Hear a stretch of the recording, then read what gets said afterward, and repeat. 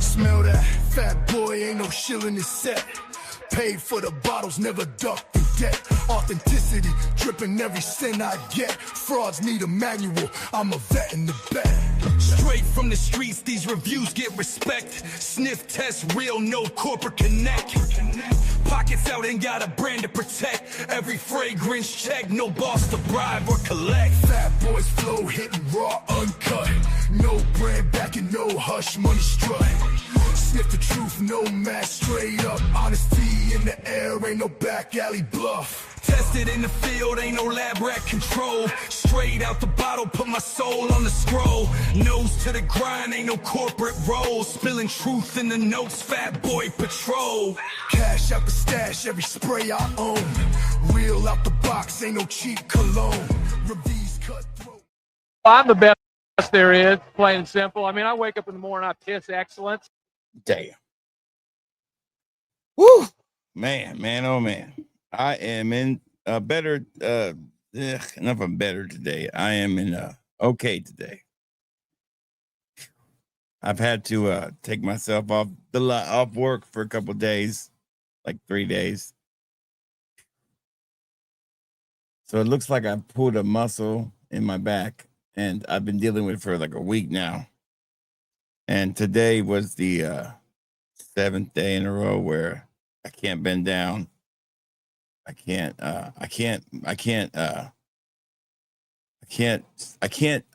get up after sitting forever without straightening up. I can't straighten my back out, and I can't really get comfortable. So yeah, it's terrible. So I haven't been, I can't really do anything packing orders until Monday. So any order that's been ordered, so I've had my wife pack them. So I'm pretty much stuck. So all these orders have been ordered since Friday. I can't do anything until Monday. So any orders, so I have a busy Monday when I go back to work. Anywho, so it's going to be a long day for me, but I can still stream. So I figure I'd do a stream. I was getting stir crazy. And I figure I have the energy to do that as long as I can. It's called getting old. And I still don't know how I pulled the muscle. It wasn't at the gym or anything because I haven't been to the gym in a week. The best guess I have was I was in this chair and I reclined it back on last Sunday and I took a nap in the chair. And when I got out of the chair, I got up and I felt the pain in my back. And that's when it hit me. And I said, oh, man, that hurts. And then Monday, it got a little worse. And Tuesday, it got really bad. And all week, it hurt. And I couldn't. It was just dealing with it. Kept fighting it. And then I went in Friday morning, and finally went into the doctor. And they were like, you got to pull muscle. And they gave me a steroid shot. And it helped. And I thought I could make it. And I was like, no, I can't. So I finally just called in. And had to take a leave of absence for 3 days. Hopefully by Monday, with the medication they gave me, that it'll get rid of the inflammation. And there's not much you can do for a pulled muscle. It's just kind of just ride it out. So yeah, I've been watching TV and trying to sit down in a comfortable position. Laying down on my side is like the best thing I've been able to do. So laying on my side a lot. So we'll do this as long as I can. So here we go. Yeah. It's going to be fun. I can do this. Center of the Night, Drake's Summer Mink. I like it, but it's just, I don't know what to make of it because every time I wear it, I forget I'm wearing it. Not because it's weak or anything. It's just that it just doesn't really stick with me. I'm just like, okay, it's nice, but that's all I get of it. It's a nice fragrance. It's not blowing me away. It's not like it's anything that's really, it's really safe. Now, everybody else who smells it, they love it. And they're like, wow. But I'm not like, wow. Why am I not wowed? I don't know. It's weird. It's a weird fragrance. It's weird. So it's weird. It's just weird. And of course, orders keep coming in. It's like, son of a bitch, another order, and another one. Another one.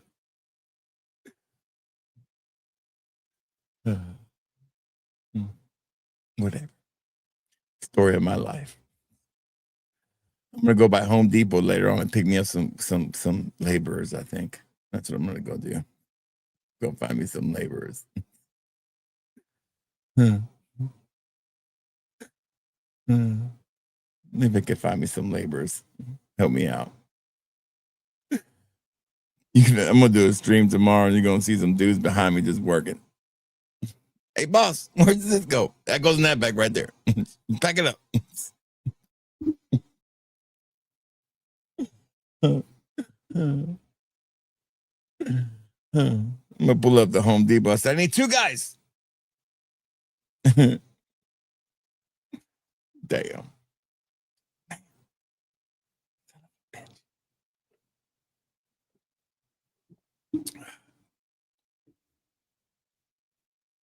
Man. And every time I drop something on the floor, I gotta get somebody to pick it up. I gotta use this thing on. I gotta use this grabber to pick it up. Can't even put my pants on. I don't ever want to get old. Just never want to get old. Now I know I never want to get old. Now I know I never want to get old. Just take me out to the pasture. Good to see everybody here. Good to see Scott the Wrench Martin here.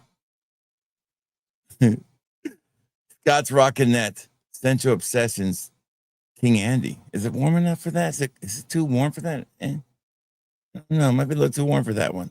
Good to see Racket Club here. Or Racket. Racket? I always want to say that wrong. I feel like he just misspelled it and went with it.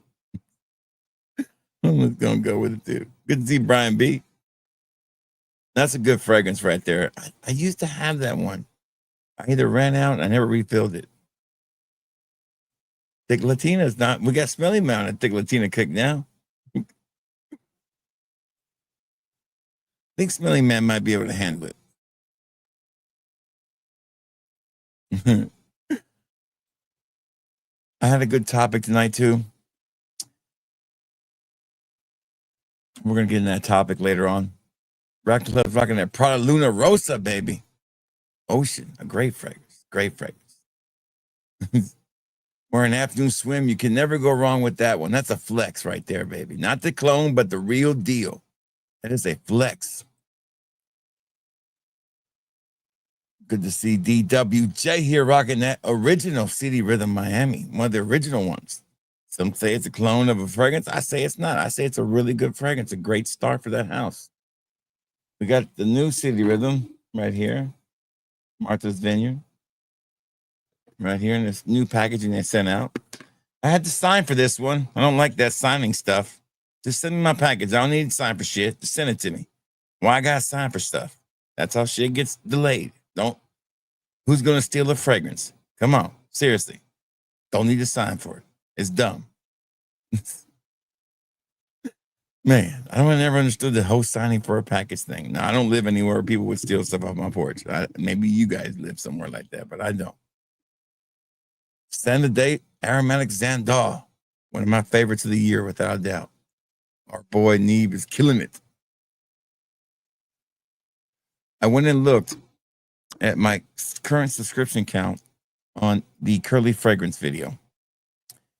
And I have 32 subscribers off of that video. And that was the topic I thought about today was, I wonder how many subscribers the shills for Curly Fragrance got off of shilling for Curly Fragrance's video. That the people that have around the same amount of subscribers that I have that talk good about the fragrance, how many subscribers they got compared to how many I got for really giving you a real review about it. And I think that is the most positive thing that's going to come out of this whole Curly Fragrance debacle is the fact that people like me are going to gain subscribers, because we're going to gain subscribers for the right reasons.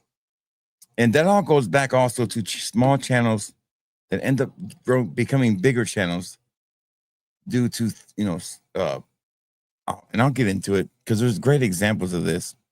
There's a really good example of this, and I'll talk about it later, about a channel that was really a small channel that really grew up into a massive channel now. And I'll talk about that later.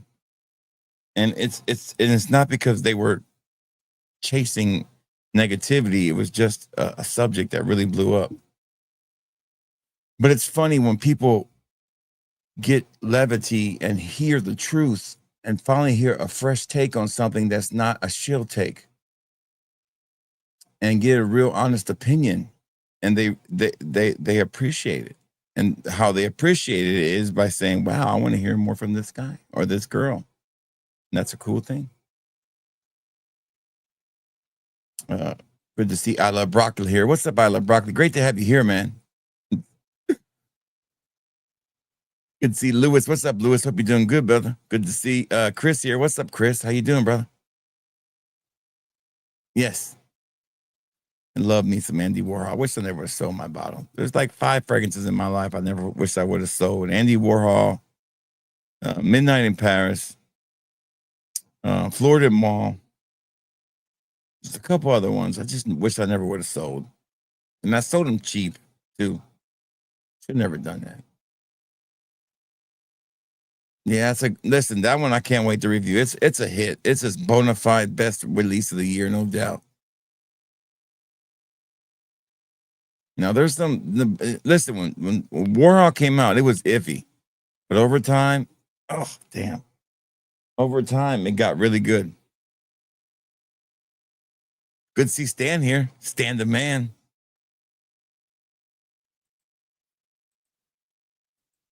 Thick Latinas. Look at Stan. Stan sends me shit about thick Latinas all damn time. I don't know, Chris. I'm gonna wait till I buy. As soon as I have the real deal in my hand, I'll tell you which one I prefer. I'm not the type to tell you which one I prefer because I don't know yet. I really don't know. That's a tough question. Now, I will have an answer shortly. In less than a week and a half, I'll tell you. Maybe 2 weeks. As soon as I have the real deal in my hands, which is not going to be much longer. Instead of day, do us Fire Guy. I just saw that fragrance on my shelf the other day. I was like, oh, yeah, there it is. I found it. You could deport thin Latinas, just not the fat Latinas, thick Latinas. That's right. And you can get rid of the thick Latinos, just not the thick Latinas. Latin Spice, make me feel nice. Make sure you check out Latin Spice channel. Show me love.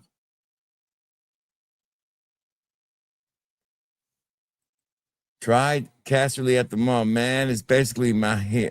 I don't know. I haven't tried my hair. But I love it, Andrew K. I think it's a hit. Now, it's a basic hit, but it's a hit. There's the promos for the weekend. Save 20 with Fatboy Code 20. Keeping it nice and simple this weekend.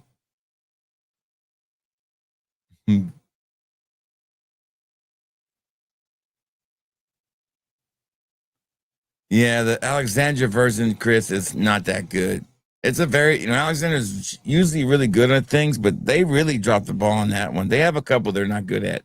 They're not good at that one, and they're not really good at the Nasamados version of. Did my watch die or something? I think my watch died. Their version of Nasamado's Veranda called Godfather is not good either. Not close at all. But I do not like their version of that of Isola Blue. Alfaria is way better, and that's a really, really solid version, very long lasting too. Good to see Spengali here. What's up, Spen? Great to have you here, brother.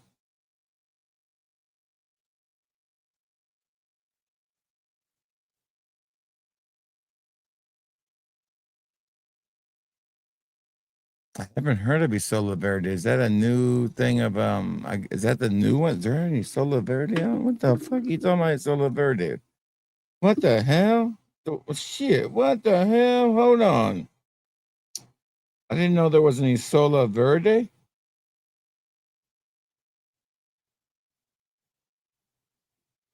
There is any so there is one. Son of a bitch. Know what I'm buying next. Let me go ahead and put in my cart now. How much is it? Like $400? Son of a bitch. Oh my God. Is it available now? I bet that thing's like $500 in it. Son of a bitch, it's $500 too in it. Man, it's gonna have to wait. I can't spend that much money on that right now. I'm sorry. I can't. I'm sorry. I like it, but I can't spend. Listen, I got burned on a solar, so I can't spend $500. It's gonna have to wait. We're gonna have to wait on that one. I'm sorry. Listen, there. No. It'll hit discounters for 230, 300. And yo, boy, I know I like to take the hit for you guys, but I'm not taking a hit on that one again. No. You know, you can only get burnt by gonorrhea once, not twice. Not this time. No. Not happening. No. I'm gonna pass. Sola Verde. Shit. Rosa's not getting me again. They got me once. They got me twice. And that's it. They got me on that Isola Sol, which I still will never recuperate my money from. And they got me on that Elysium Intense. I never recoup my money in that one either. I'll wait till it hits discounters, then I'll buy it.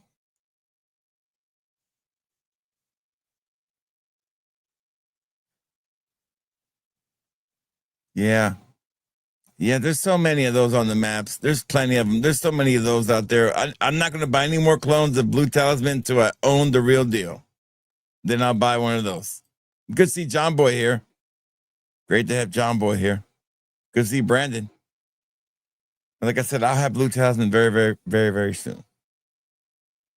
Yes, me too, Brandon. As soon as it becomes available, I will have it. The bottle looks cool in that silver, cool looking bottle. Yeah, they can have it too. I'm not buying it. There is no FOMO for that one for me.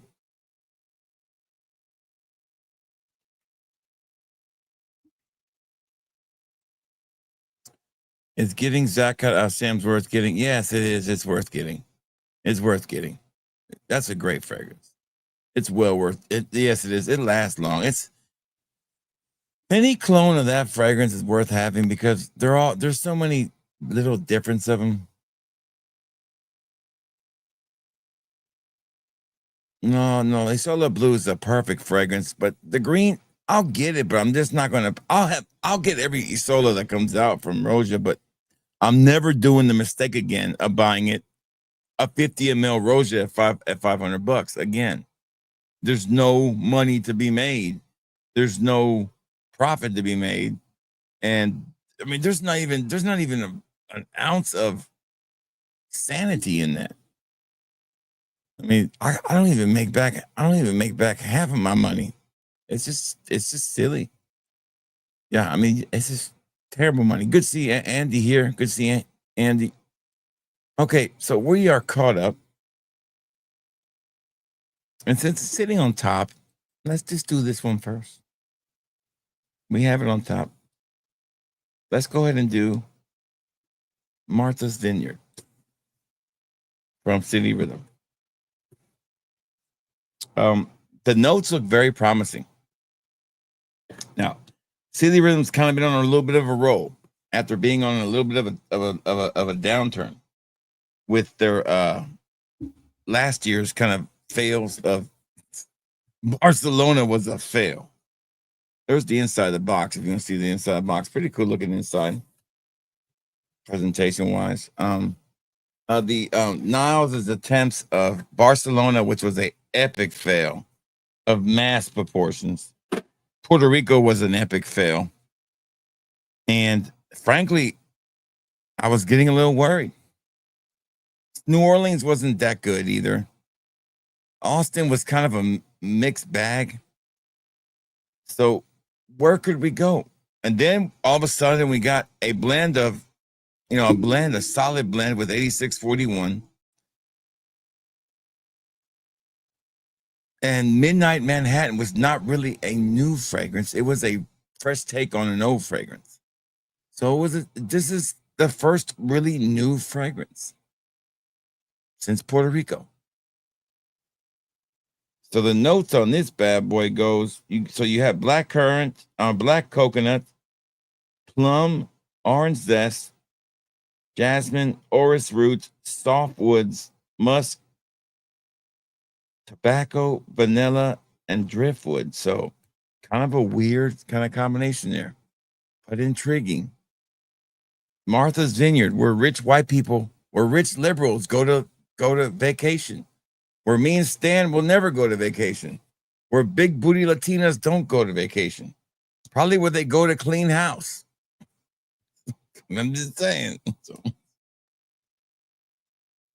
I'm just saying. And we get a little necklace with it. Little nautical thing there. And the juice is green. There's the in person. There's a little presentation. Kind of hard to see with the light. Let's take it on it. I'm going to put this right on the skin. Here we go. It's 100 ml. There you go. So I am intrigued. I'm kind of, kind of in the air on this one. Color coordination, green and green, We'll see. Here we go. Nice sprayer. Really good. Solid. This is a really good fragrance. This is a hit. This is really good. I was expecting some kind of tropical fucking mess. This is not what you're expecting here. This is really, really good. This is nice, unique. I'm trying to give you what I smell.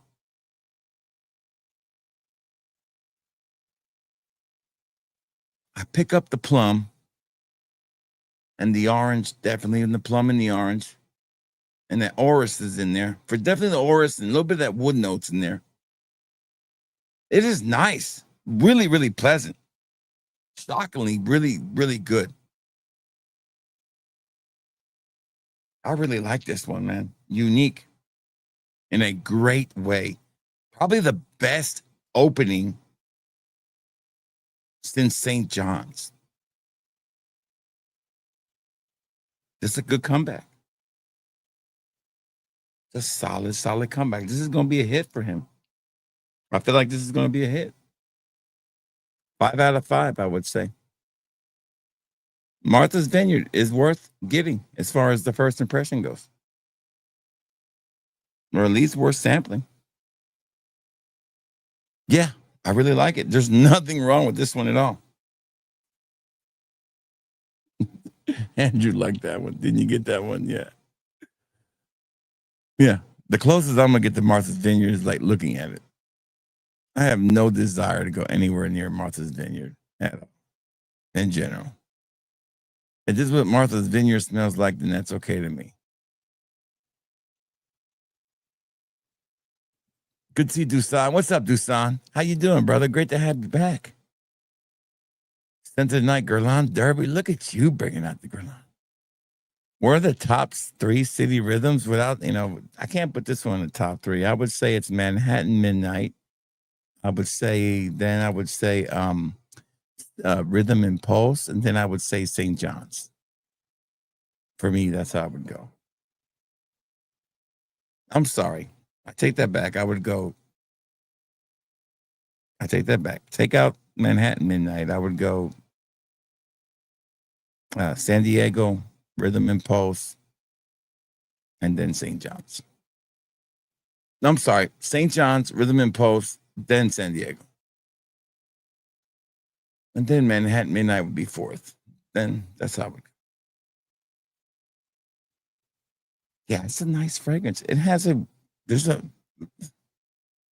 it perfect? No, but it's a beautiful opening.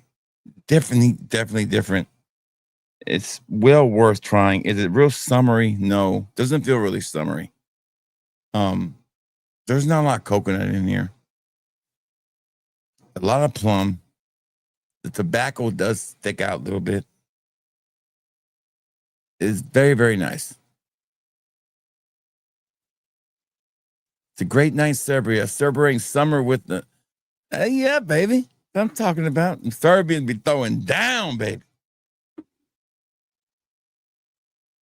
I used to have a couple Serbian friends I used to work with back in the day when I was in construction. They were some wild dudes. And then I worked with a couple other Serbian dudes when I was in a factory where we used to press had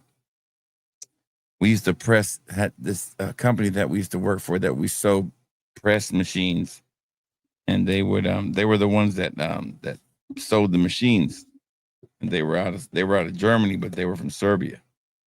Can't remember their names, but they were pretty cool dudes too. 2 were from Germany and 2 were from Serbia. And I remember them because at the time the euro was worth more money than the dollar, and they would have they wouldn't even cash their checks here. They would send them back to there to get them cashed.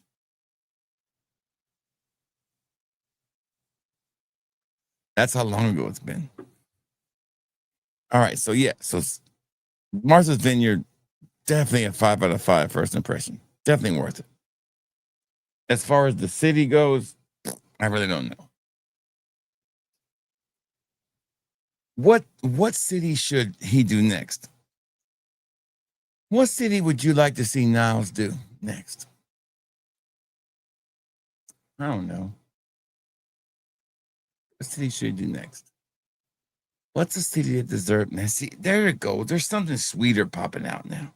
Maybe it's the plum. Little sweetness coming out. Dallas. Yeah, I could see Dallas. I'm trying to think.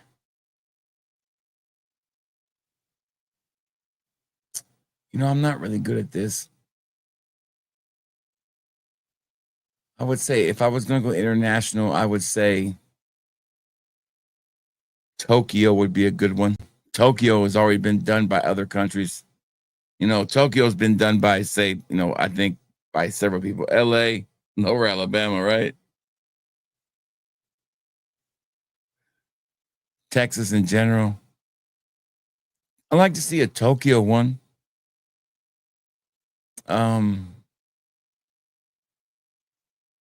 Eventually he'll get around to doing Paris, I'm guessing. Even, Moscow would be bad.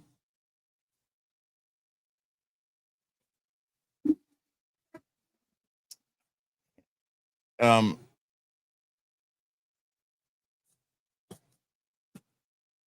to think of another one he could do.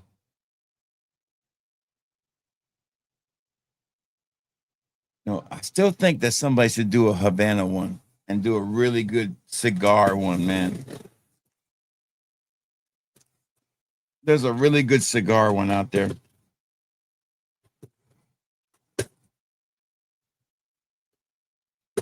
A Hawaii one would be good too, with the pineapple note. Maui, Memphis would be a good one.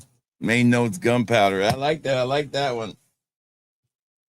So this is my haul from Fragrance by Canada. I was supposed to have Afnan in there, the Afnan, but I forgot to buy it. But it does have in here this big ass motherfucker, which I didn't know I bought. So I didn't know I bought this big ass case of whatever this is. Okay. I didn't know I bought this big thing here. I thought I just bought a fragrance. But it looks like I bought the whole gift set, which I'll never use. The Armaf Collector's Edition Club Nuit Intense Man Extract. Let's get into that one first then. course, this is the newest edition, the newest version of a fragrance they've made so much money off so many times over and over and over again. No telling how many times they've made this fragrance. Now, I myself have not bought every version of it, but I know people who have.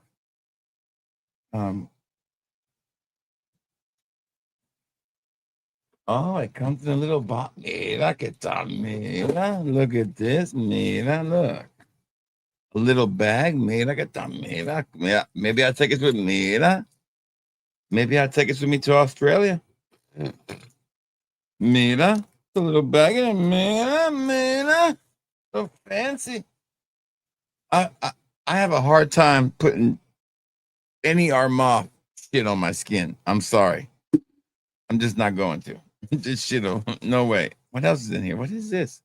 Oh, a little Armaf spray. Mira, get that. Mira. A little spray of Armaf. A little decant. Okay. And then the bottle. What else is in here? Okay. A little body spray. Is that deodorant? I guess it's body spray. No. I don't know what that is, but I'm not putting it on my skin. I'm not putting this deodorant in it. No. Man, I could. Man, I know it's no little bitty ass bottle. Yeah. Okay. I would have rather this been a big bottle. This is a small bottle. Here you go. Okay, this is the newest one. A gift set. I preferred them just to. I thought I was buying the big bottle instead of the little bottle again. But this is Intense New Wheat Extract, 2025 edition. I'm gonna put it on my skin. This on my skin, of course, not the other shit. It's gonna smell like a Venice, I'm guessing. Here we go.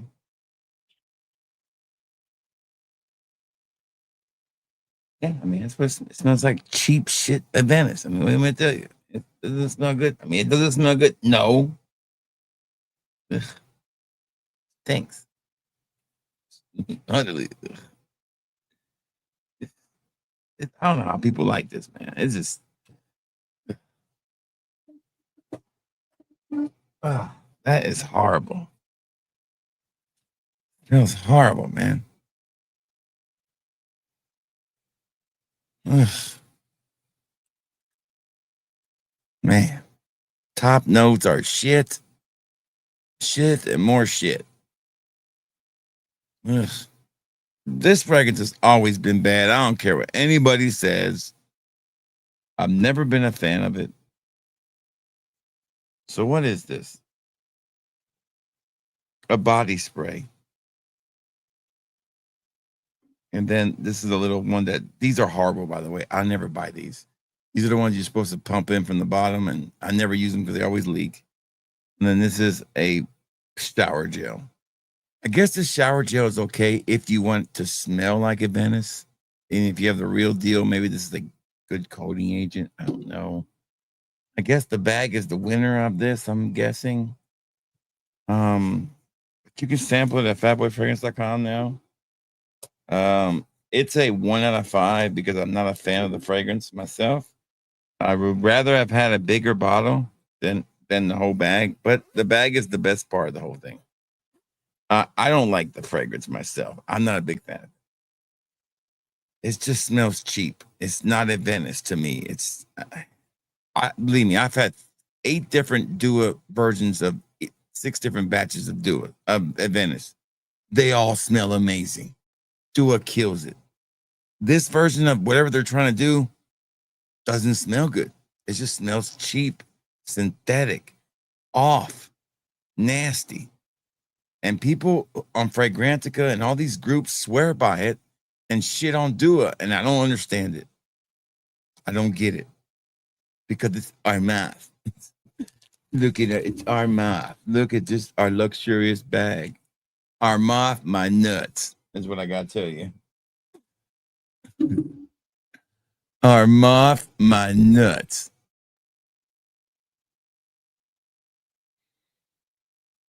Of course it leaned feminine. They got to get back on the train, baby. Shit, they put out too many male fragrances this weekend. What the hell you expect them to do?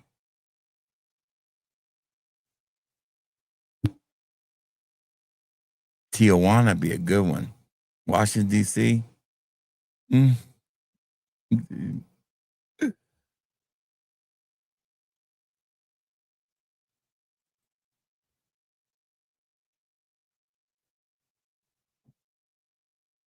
Yeah, Tokyo's been done by a bunch of different places.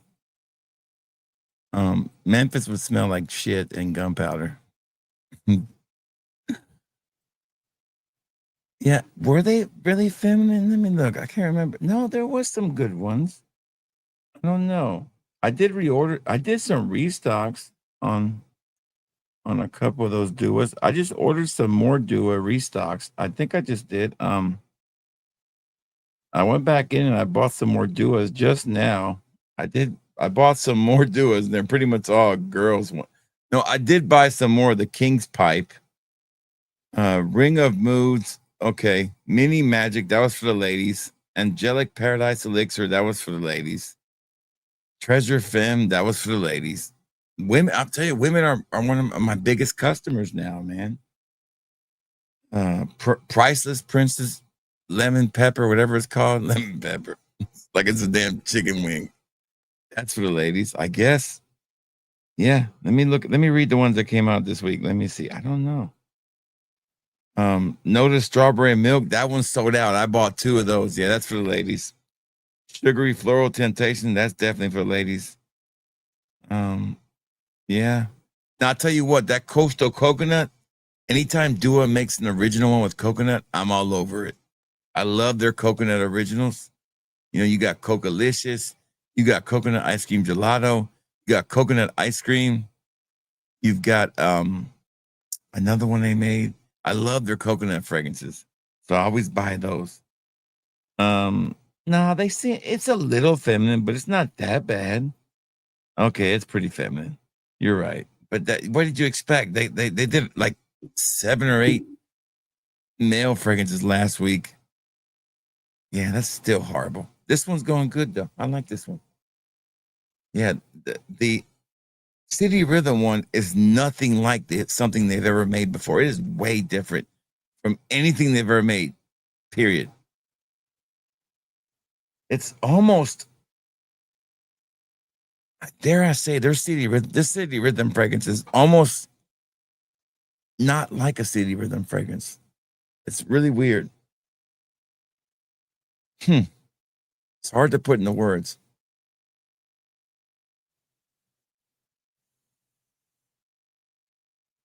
Yeah, the Versace Tropical hits, but I don't think I don't know if it's the best. I wore it the other day side by side. And I think here's the deal with the Versace Tropical and the Blue Tarot Electric is that they're just the newest kids on the block. And I don't want everybody to give it the Vulcan fuel treatment. You know, let's not all fall into that same damn school of thought again. Just because the newest kids on the block, the prettiest newest bottle is the best clone of it, man. I'm still in the camp. I'll do the whole test again. I'll still probably stand with either. I don't know, man. I've never done a full video on that, but I am the #1 fan of Paradise Garden. I was one of the first people to get that bottle, and I have plenty of them. And that is a fragrance that is top 5 for me, best fragrance in my collection. It's just and I've got it actually sitting right over there with right beside there, and I've worn it a couple times around the house comparing them. And there is a little offness to it when I compare them side by side. And what's so funny, it's the same offness that I get from Vulcan Fuel with God of Fire that I get with that one. But it's the newest thing. Don't get me wrong, Versace Tropical is a beautiful fragrance on its own. Comparing it to the real deal, it's not this. It's off in the opening. It's off. That's just me being real picky, because when people want to call it the closest to it, I want to make sure that I'm picky on it. I gotta be picky, man. That's what I'm here for. No, I feel the same. I feel worse. I had this medication over here. I have this one I can't take until I go to bed because it is going to knock me out. It's a muscle relaxer. I didn't take any last night, but tonight I'm gonna take 2 when I get off the stream, and I'm gonna try to sleep tonight. I didn't sleep that good last night. I'm so sleepy right now because I'm sleepy as hell. When I get off of here, I'm gonna take a good nap. It's a nice shaving bag.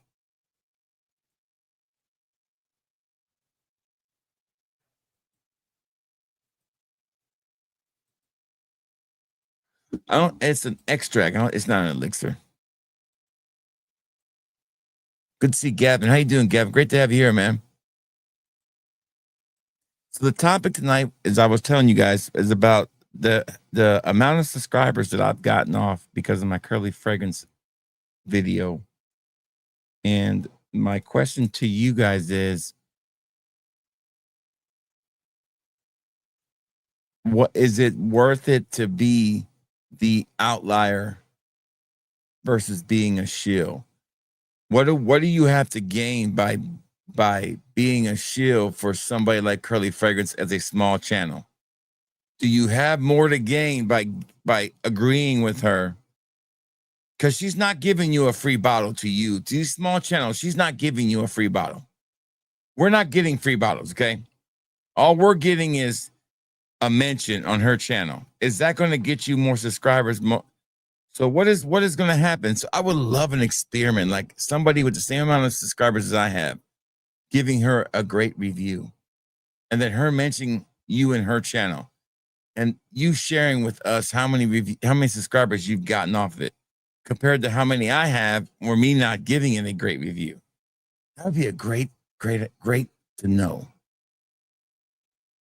Because I keep getting subscribers off of that review.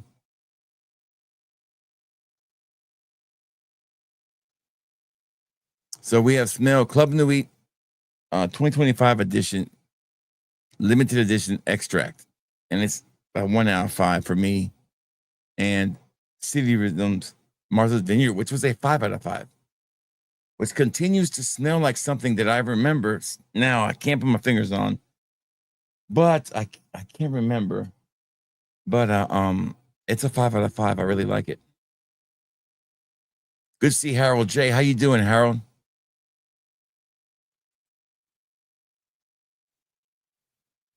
Bodicia's 1907 is a beverage. There's too many God of Fire clones out there. I can't keep up with all of them. There's another one right there. I can't keep up with all of them. There's too many of them. Absolutely. Great to have you here, Harold. Okay, what is next? All right. This one I didn't know I even bought, but I did. I'm guessing this is Fragrance World's version of Haultain. I never bought Haultain before. I forgot I bought this.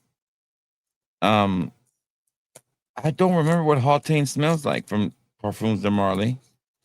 This is my guess. This is what this is. Do you guys know what Haultain smells like? And does it smell good? I know that Fragrance World Legion smelled really good, which was their version of something from Parfums de Marly. I can't remember. But I know it's a Parfums de Marly fragrance, and I know it's green. And and I'm pretty sure it's Haultain. Because look at the bottle. Okay. I'm 100% sure this is Haultain. Their version of it, because it's called Heart now. Now, I have not listed this one in the store yet, so it's one I forgot to list. Okay, I already used that one. Damn it. Let me use these little ones. Let's see what it smells like. I'm not 100% sure. I don't know what Haultain smells like at all. We're going to find out together. All right, here we go.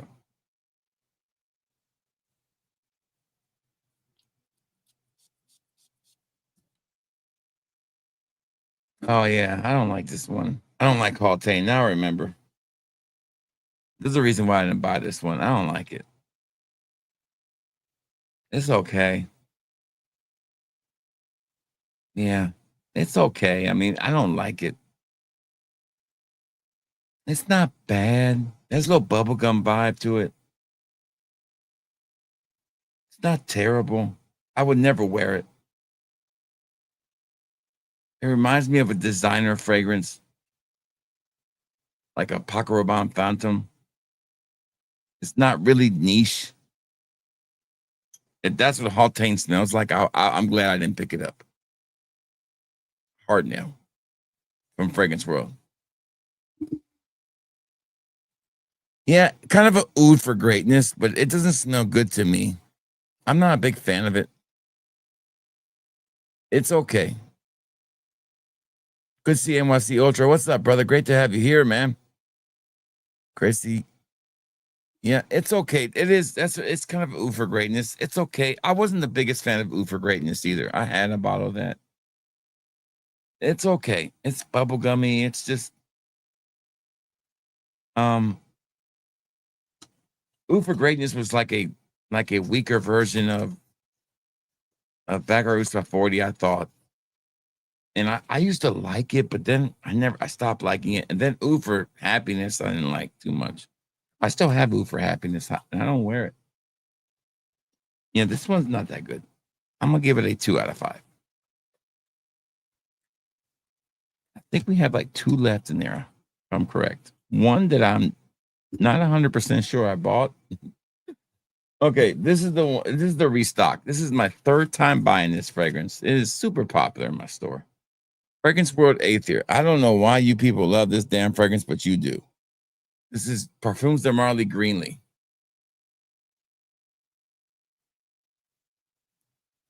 This is a fragrance that people keep buying samples of like it's crazy. Now it's gonna be back in stock. I mean, I do love Greenlee, don't get me wrong. I need to buy a new bottle of it. This one too, 3rd time buying it. Art of Universe, Blue Talisman clone. Can't keep it in stock. Had to buy another bottle of it. I owe somebody a sample of this already. The top of Blue Talisman. There's still 2 more in here. Okay, this is the one I do not own. I thought I bought the blue one, but I bought this one. It is called Coral Atlantis from Lattafa. Now, the blue one stunk. I'm hoping that the coral one doesn't. I thought, I'm sorry, I think it's Lattafa. I don't know why I bought this, but I thought I was buying Afnan Rave something, but I bought this one instead.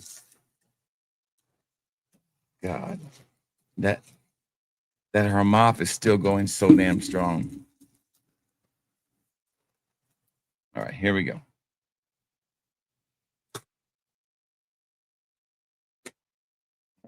I don't know what this is the clone of, but I've heard it's a clone of something really good. But the bottle's really girly looking, so I don't know why this is a guy's fragrance, but it is. Okay, let's find out. I'm gonna give it the kiss of death by putting it on my skin. Oh, that's nice. Whatever the fuck it is. Is it for a guy though? I don't think that's for a guy. Damn, that smells good. I don't know if it's for a guy though. Shit. I think this is for a man. On Fragrantica, I mean on Fragrance by Canada said this is for a guy.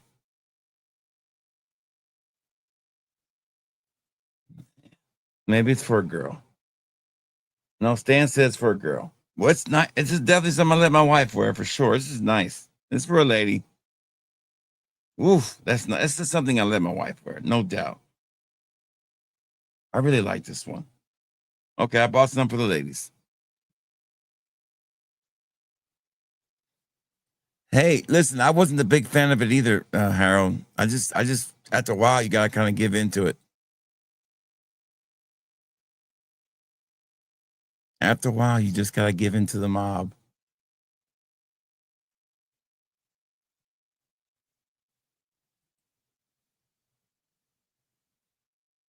Yeah, it's nuts, man. But that happened the last time too in NYC. On my last video I did of her fragrance. the same thing happened. That's a phenomenon, man.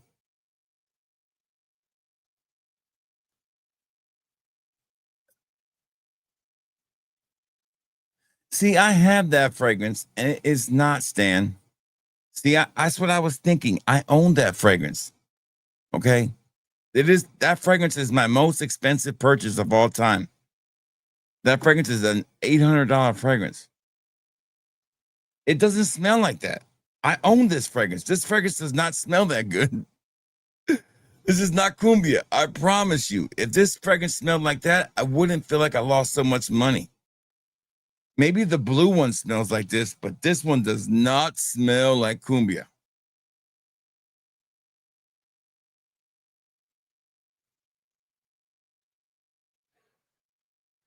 I was asked that question earlier, and I really don't know the answer to it until I try the real deal.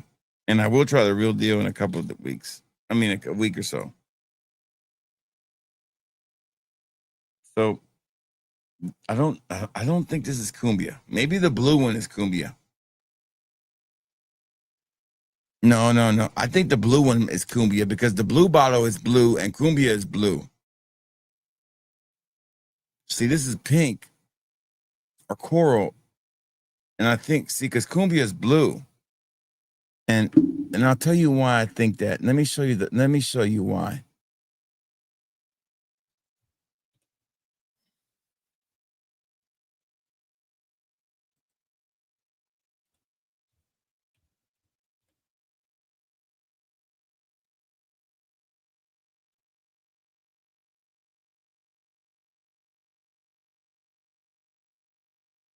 Here, and I'll tell you exactly why. And here it is.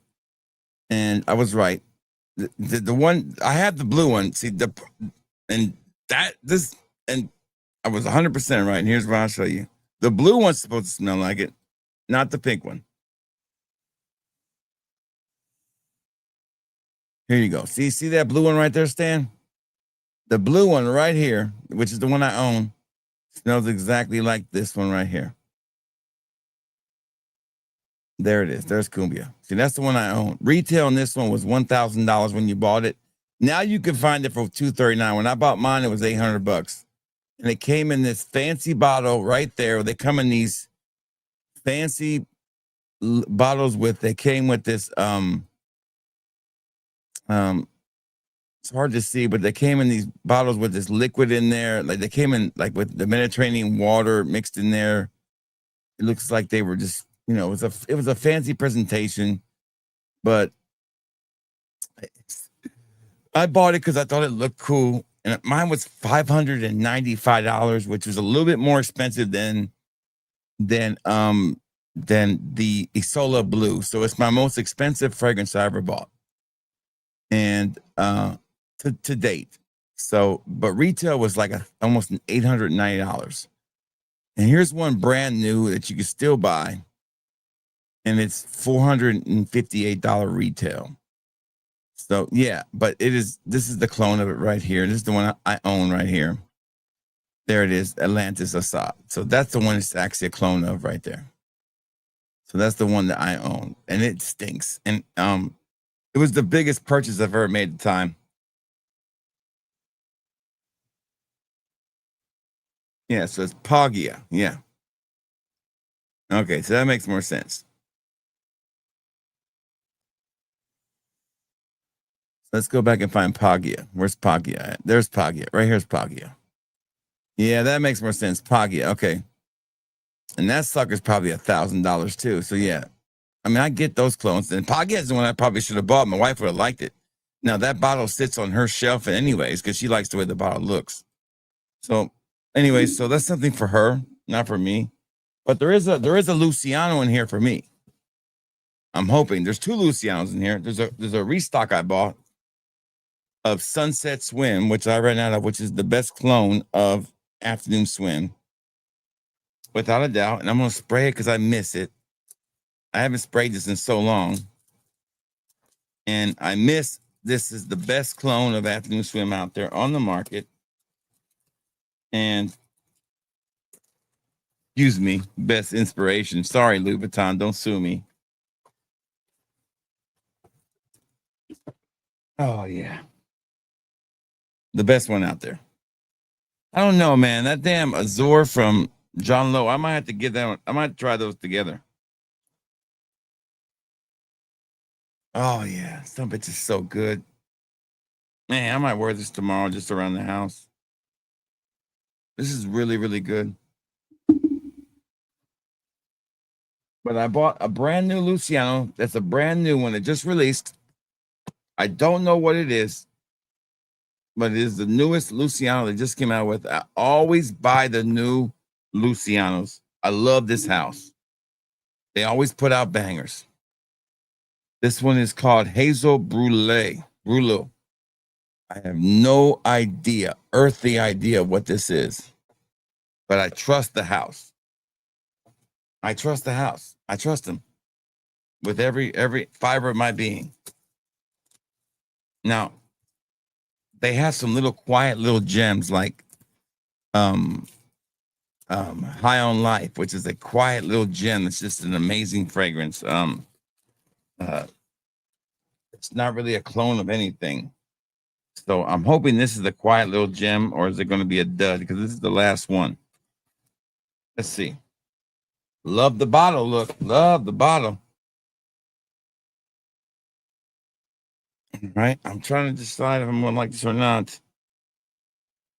Oh, I'm not going to put it in the skin because I don't want to give it this kiss of death. I'm going to use one of these fancy little tester strips right here. See if we can give it a little good luck here.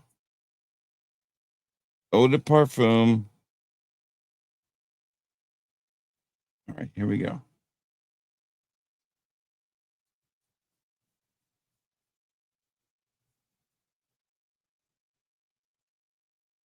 Oh yeah, motherfucker, boy. Woof. We got us a hit. Okay, we can put this in the skin. Hold on. We can put this all over the skin. Hold on. Hold on.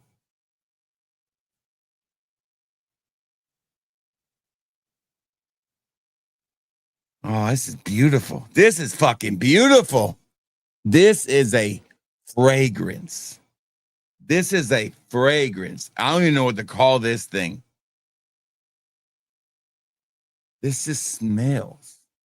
It doesn't smell like a fresh fragrance or a like a gourmand or a citrus or an arrow. It just smells aromatic. Man, this motherfucker right here. I don't know what to make of this one. This is the best one of the night. It ain't even close. This smells signature. This smells like a signature scent. I have never been wowed before by some cheap ass fragrance in my life. You gotta be fucking kidding me. This motherfucker, this gotta be a clone of something. This can't be an original.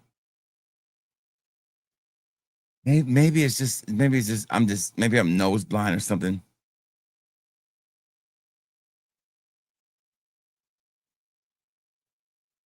Man, it's really good, whatever it is. I really like it. I love the bottle look. It's orange, maybe. Man, it's a good one. It's a good one. It's a hit. I'll tell you, Luciano doesn't miss. They make some good shit. And catch up on these comments. So it's got a little bit of orange. All right, there we go. I tell you, this is a nice fragrance, man. I don't know what it is, but it's nice.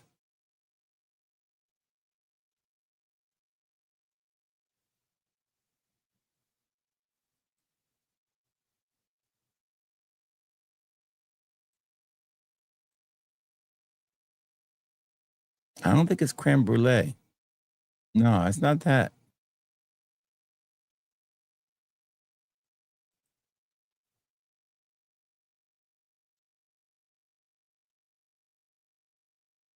It's a nice fragrance. This is a really good fragrance.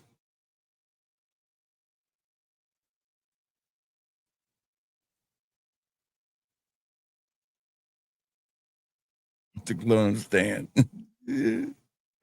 The clone of a thick Latina is what it is.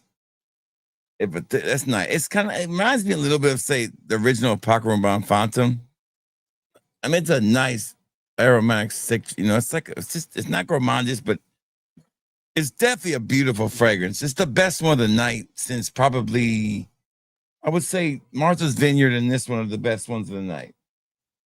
Which I would, if I had to be a betting man, I was going to say these two are probably the best. Other night, it wasn't as strong. I wasn't expecting this to be a strong night. This was going to be the star probably because it had the most potential. And if there was a sleeper, it was going to be this one. The rest were kind of there wasn't that much hope for this. I mean, I wasn't expecting this to be amazing. And, this is a lady's fragrance, and, everything else was, restocks and the Club in the Wheat was, it was going to be a hit or miss. So it was pretty much what we thought it was going to be. What season? I would say that's any season. I would say any season. I'd wear the any season. Now I don't think it really fits in anyone. Good to see Gian. How you doing, Gian? What's my favorite duo fragrance? I don't really have a favorite. There's so many.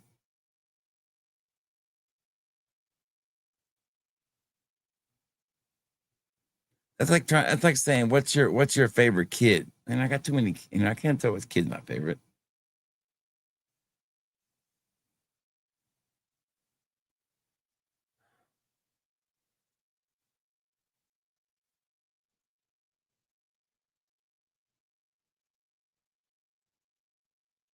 Favorites for each season's easier, probably. I would summer. I would always probably either go with Mojito or Oso Fresh, and then in the winter I'd go Cosa Nostra or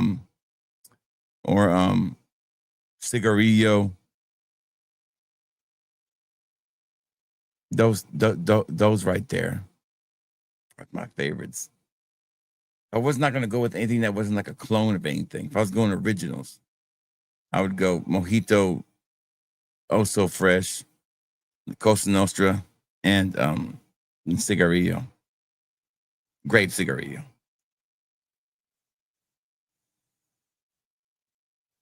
And if I wanted to do like something that was just totally off the wall, I would say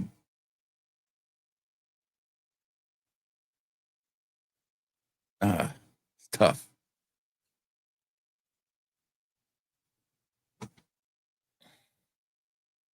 I tell you one I really like. Right, I like off the smell is Happy Baba Day. I wore that yesterday to the Dollar General, but it's too early to tell.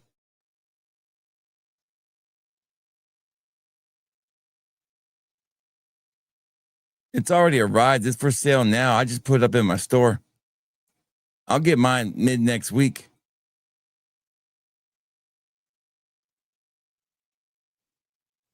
Hey, Lucas, how are you? Good to see you, man.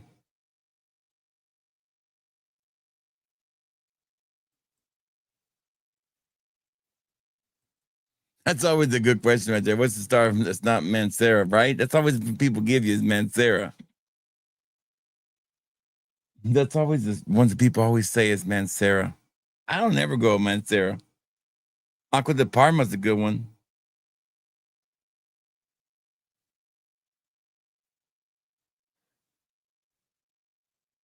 I tell you, with pricing now, you can go almost anywhere. If you look at Aura fragrances, you can get Nichanays now for starter level pricing now. I mean, it depends on what pricing you're looking at. You can get Parfums de Marley's in the $95 range sometimes.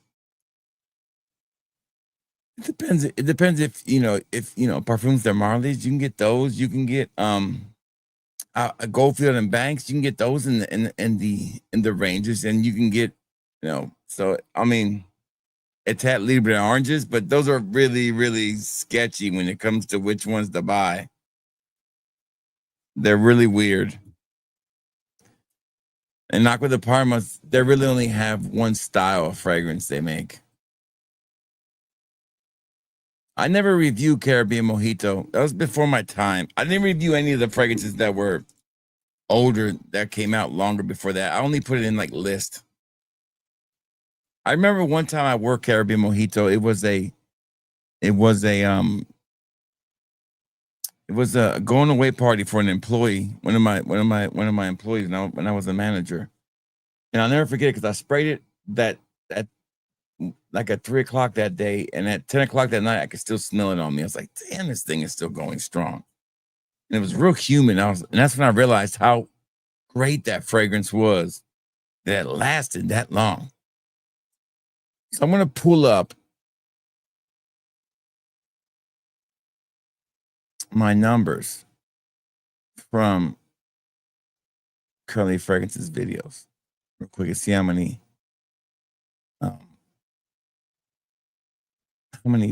subscribers I've gotten from that video.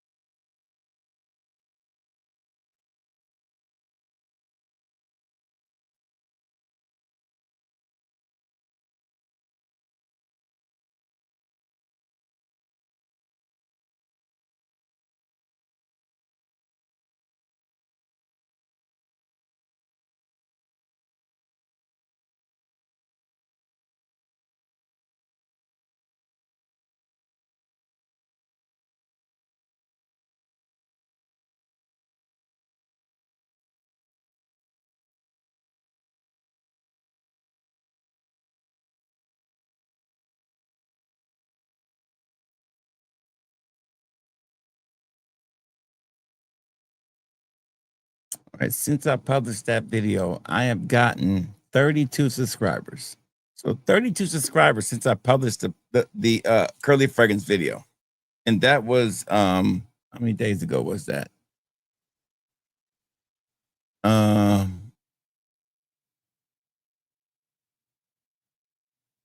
many days ago was that? That was a week ago. So a week ago, I've gotten 32 subscribers off of that.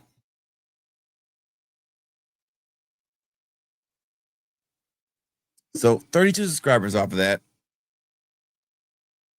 And I think if I look it up from last year, if I look up last year's videos, let me look that up quick.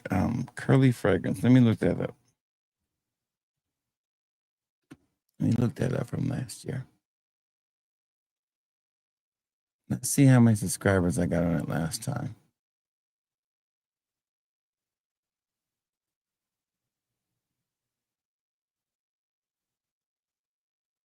No, that was my first impressions live. Let's go back and see how many I got off the video itself. Hold on.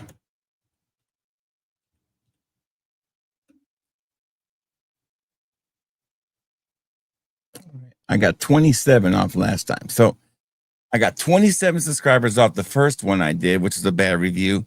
And I got 32 off this one. So a total of 52 subscribers. On an average video, I might do 11 to 12 subscribers off a video. Now, when you look at videos like where I do a lot of subscribers, or like comparison videos, or like, best got a fire clone, they give me a lot of subscribers. I don't really look for what videos give me subscribers counts. I don't do that shit. I just make content. I don't ever look at a way a video gets made and say, okay, I need to make more stuff like that. I just make content.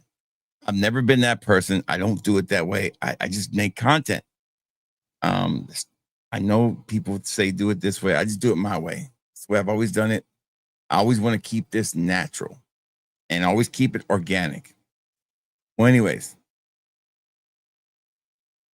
those people who subscribe to this channel after that are subscribing for one fucking reason.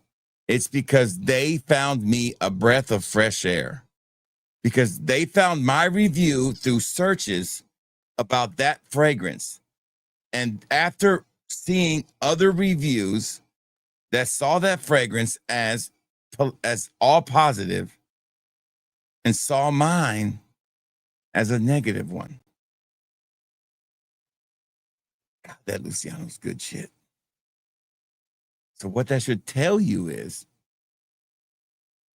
was it better to be honest or to be a shill? My question to you is that, is it better to be honest or to kiss the ass of a woman who doesn't give a shit about you, but obviously doesn't give a shit about nobody? And if she does, come on here and tell us that. If you care so much about your product and your opinion, why aren't you reposting my video about your product? You're reposting every other small channel's video about your stuff. Thank you.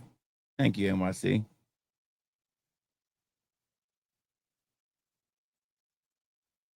It was a real review. It wasn't a bad review. I was just honest. I gave it a low review. I did not recommend it.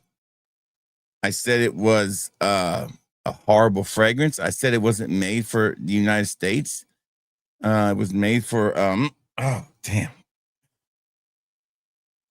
I said it was made for the Middle East. It was marketed for the Middle East and not marketed for the United States, but it was marketed for the United States and it was shielded to the United States, but it was made for the Middle East.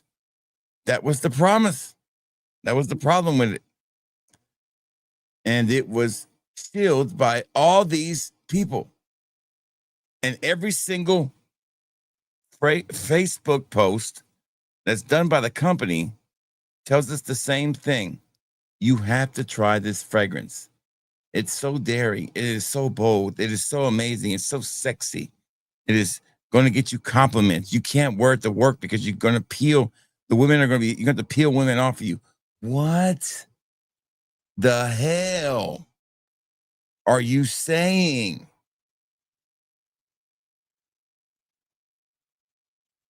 How can you honestly, in your right mind, smell that fragrance and honestly believe that 1 out of 10 women okay, let's just be fair. I'm going to be totally fair. 5 out of 10 women would actually say that fragrance smells good. I wish I would have kept a sample. I gave it to my sister's boyfriend. I just gave it away because I'm never going to wear it. I wish I could have took it to work and had 5 different people, 10 different women smell it and tell me if they smell it good. And I guarantee you, none of them would have found it pleasant at all. So, to lie to me, it's misleading and it's criminal. To me, it's criminal. And then for all your friends and all your shills to do that, and then you to put out that garbage fragrance, and then to charge people $200 for it is even more criminal. Just make a good fragrance. Just make a great fragrance. That's all we asked. But I appreciate it. I got 27 subscribers out of it. I'll take it, and I'll take it all day. I got 27 people that are going to get great content and going to get good recommendations for fragrances and might actually save a little money and learn something instead of stare at some stupid ass breasts. Stupid ass breasts.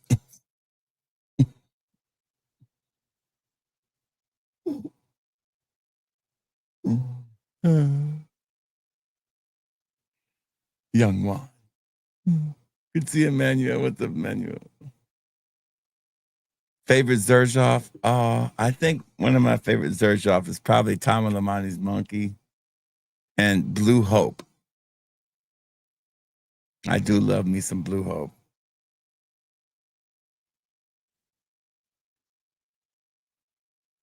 Good to see Jerry. How you doing? Senaday Mansera Kumquat. Love saying Kumquat wood. It's a great word. Good to see Dane 919. What's up, Dane?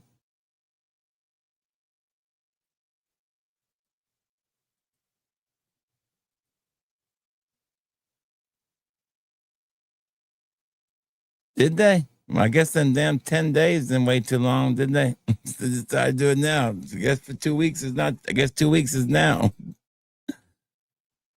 Thank you. Thank you. Well, it's not even being honest. It's just being, I don't think it's anything about being honest, to tell you the truth.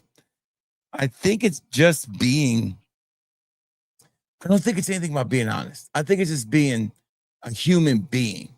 I'm being a human being. Honesty is one thing. I don't ever want to hide behind the veil of being honest. Sometimes people hide behind the veil of honesty to hide their cruelty.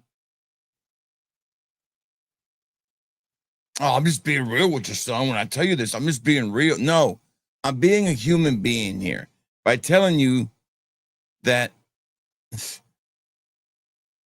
I'm being kind by saying, I don't think that fragrance is really good.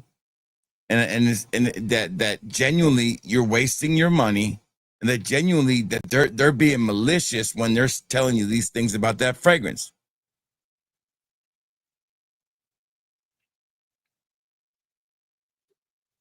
And that everything that people like Oda Erica say is done with malicious intent.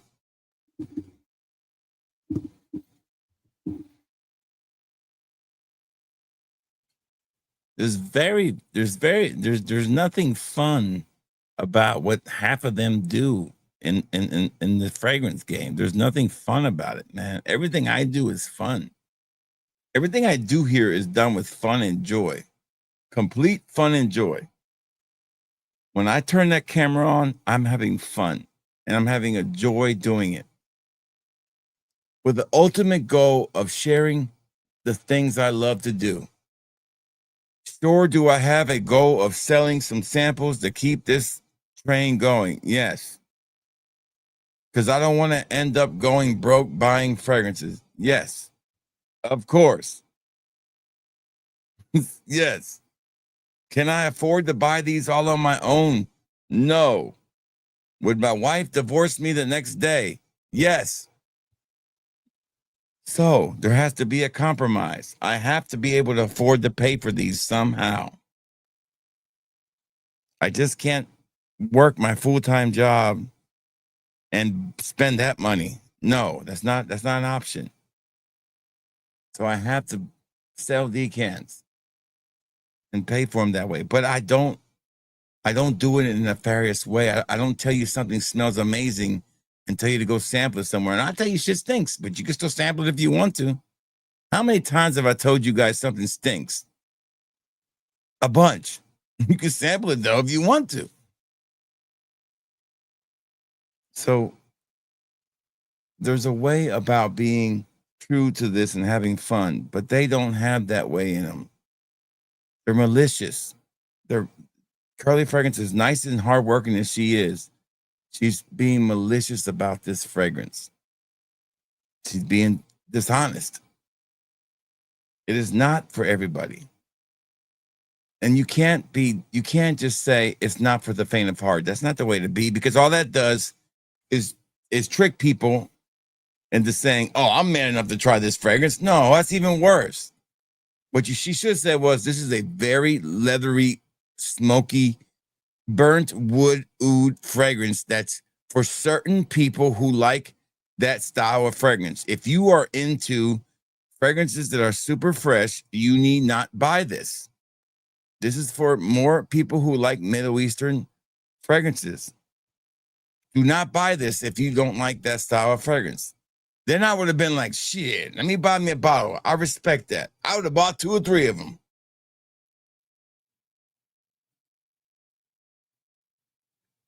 Thank you, man. You know,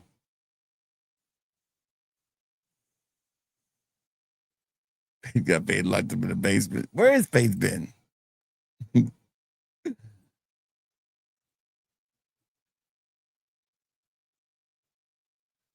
Stan got him locked her up in the basement. Where is Faith been? What y'all do with Faith?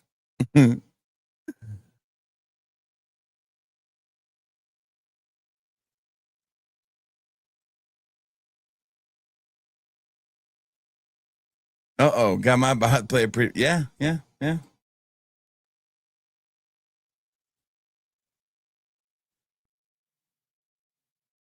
Right?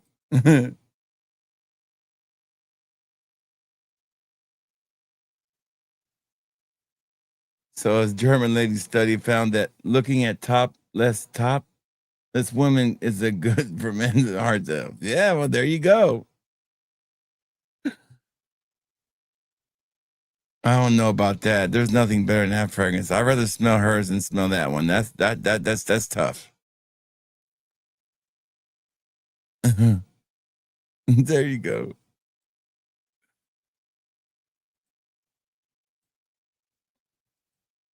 Hey, be deliberate. How are you, man? Plantain Botler with Zandot. Look at you, man. Going, but that's a good one right there. Thank you, thank you, thank you.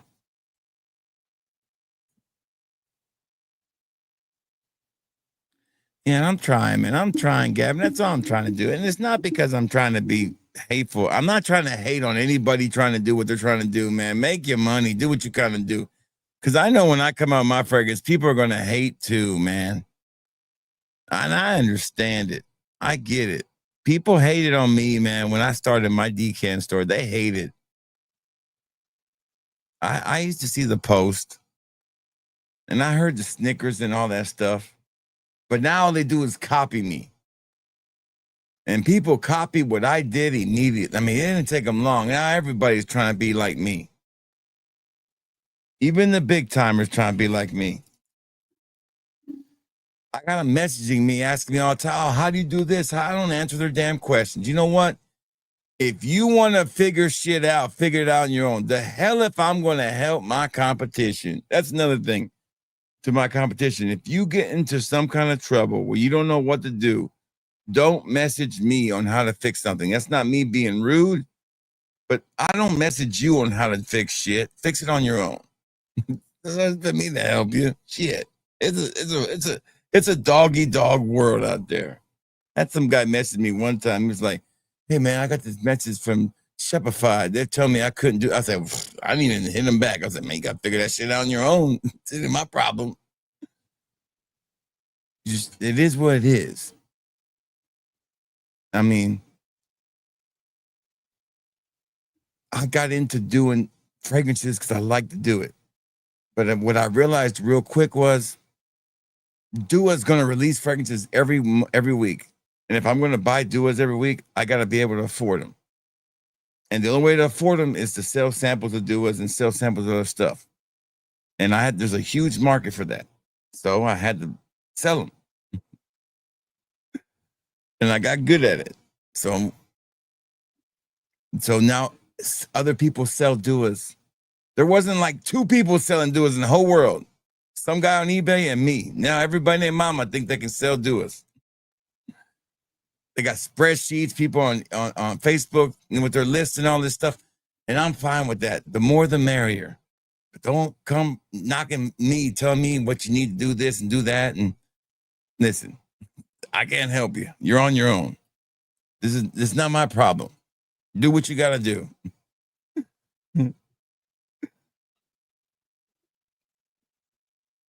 Oh, I've only been doing it for 10 years. I can't help you. I'm the Walmart of the do a sample business. There you go, Stan. You tell him.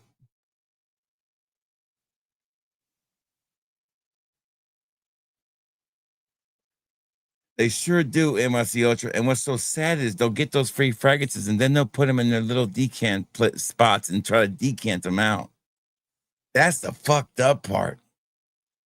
They'll try to turn around and sell them in decants or sell them to you. Ain't that some fucked up shit? Even I don't even do that.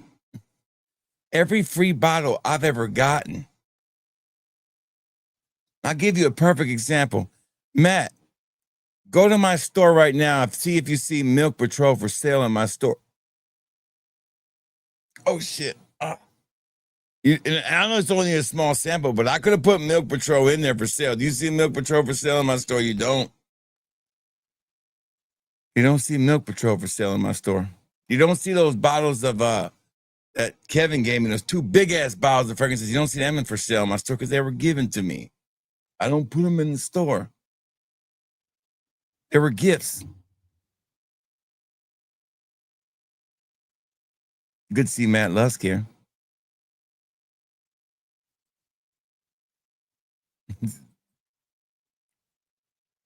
And Ricardo.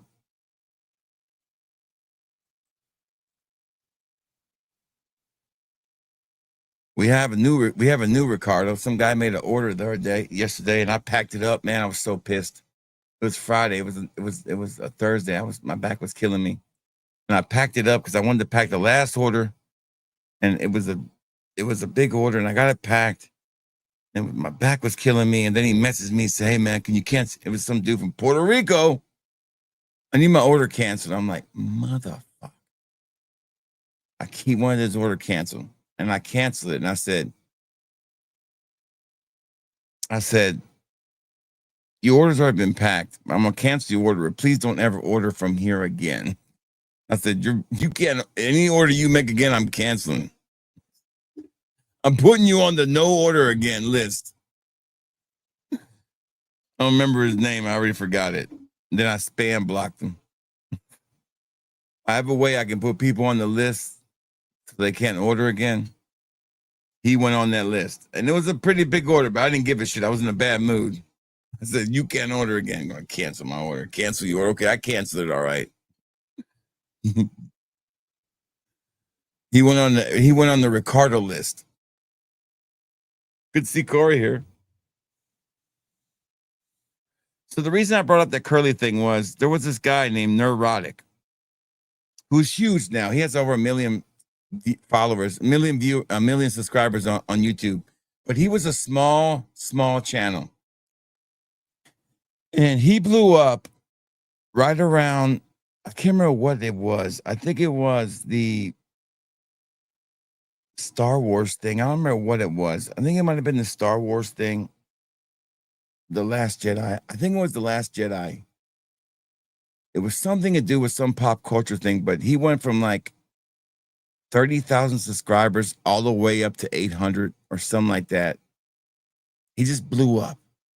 And he's fantastic. I follow him. He's great. I caught on to him right around 800,000. But he's one of my favorite ones. He's like a comic book guy. He used to own a comic book store. He's a former felon. He's a former recovering drug addict, neurotic.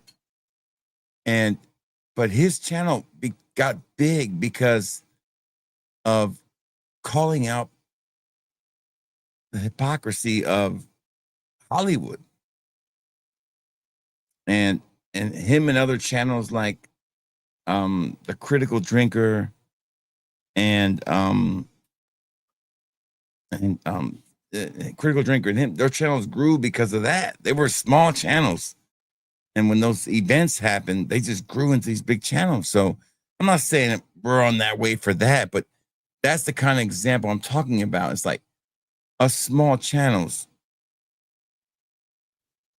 standing our ground and saying, no, Curly Fragrance, this is a shitty fragrance. No, Jeremy Fragrance, you're not going to get me to buy a $500 fragrance. Or no, Curly Fragrance, this fragrance is shit. And I'm going to tell you it's shit. And people are going to see those videos and they're going to say, yeah, you're right. I like what you're saying. Now it's up to us to take that energy and keep it going. You know, we just can't sit on our laurels. I'm not saying turn our channel into hunting people down, you know, just keep doing what we're doing. But that's what it reminds me of.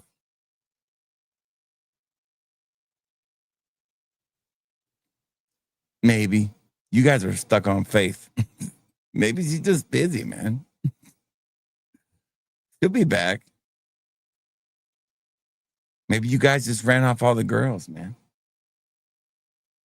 Good to see Burst. What's up, Burst? Great to have you here, man.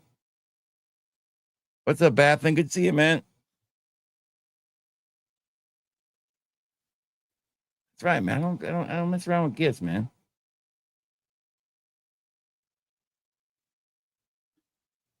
We already had our fun with that guy.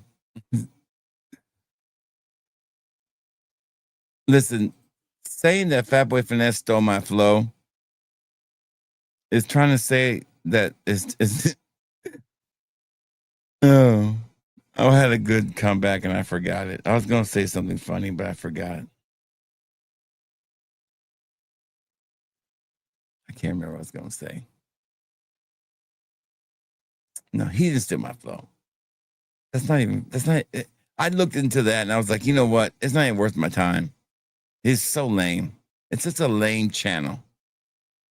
It is a lame channel that's so boxed into one thing that, again, if you were to put him on the stage with me, he would be overshadowed so fast. It wouldn't even be a competition. It'd be like, where'd he go? You know, that's what I want you guys to envision things. I want anybody who thinks they can be better than me to say, here's how we do it. Let's go on a stage. Let's each have a microphone. Let's have an audience. And let's see who can keep the audience more entertained. Then, and if you have to doubt yourself for any second that you have to doubt, you have a doubt in your head, then you're done. That's it. I had no doubt. None whatsoever. None. I have zero doubts. If you doubt it for a split second, then it's already over. Send the day, Cobra and Canary. Look at you rocking that imaginary authors. That's a hard one right there. I tried it. That's a hard one, but I give you credit.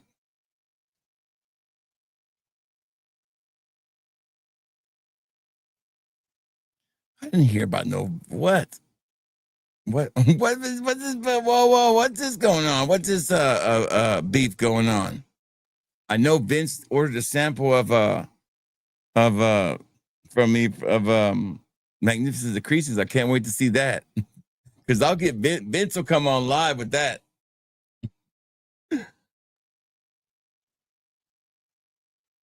Because thank you, Jerry. I mean, thank you, Burst.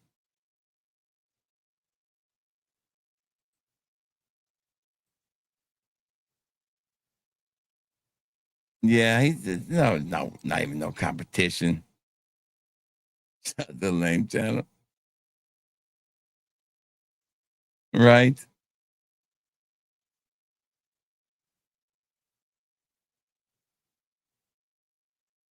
Yeah, it's a rough one, man. But yeah, it's a challenging fragrance. I tried the sample I got when I bought a bunch from them. It's tough. It's tough.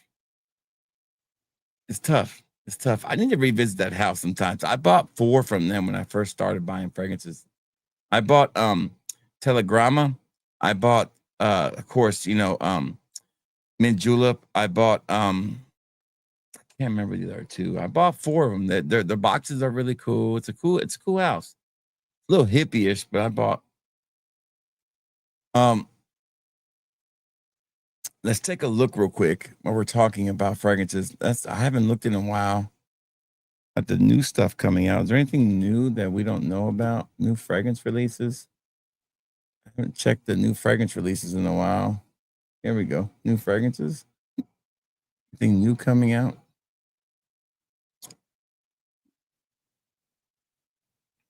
Oh, man, I am really. There is a new Celestial Whispers coming out from Mason Margiela, but there's that new YSL Absolute's not available anywhere yet. I don't think it is. Let me see if it's showing up anywhere yet that we can find it. We can buy it yet. Let me see. Nope, nowhere to buy it yet. Uh-oh. Here's a place we can buy it at. Is it in the United States? Nope, it's only in some other country. Another place you can always go to and find the newest releases. Let's go to Macy's. Macy's is always a great place to look for new releases. Macy's, go to new arrival, see what they got at Macy's real quick. Anything new from Macy's? Oh, they got that. They finally have that new coach. I've had that coach for about 3 months. Nope, it's a slow week, man. There's nothing on new for Macy's either. Everything looks old. Slow week. All right, let's go to Sabina. See if Sabina has anything new. Sabina, what you got new rocking? I do have some new stuff coming from Sabina. Oh, Sabina's got some new stuff. Never heard of this shit. Damn. Does Tommy Hilfiger have a new fragrance out? Tommy Hilfiger, oh, the prep for him. Never heard of it. They got a bunch of new shit. What is Darley? Does Parfums de Marley have a new fragrance? Never heard of that one.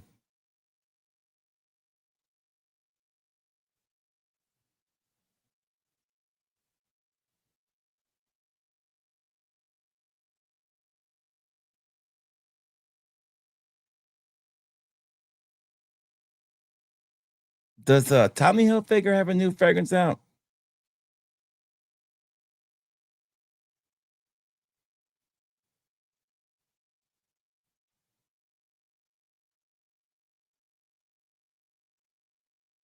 Good to see you, Montrese. What's up, Montrese?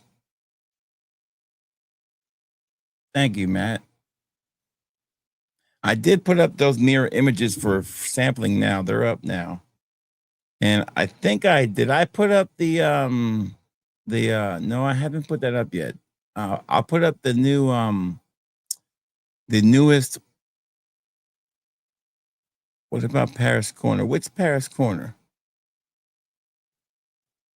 I don't see any new Paris Corners. It's called Tommy Hilfiger. Let me show you guys a picture of it. Is this a new Tommy Hilfiger? I don't know. It's pretty cheap. Is this a new Tommy Hilfiger? If it is, it's looking kind of intriguing. Is this a new Tommy Hilfiger? It's an old Tommy Hilfiger, isn't it?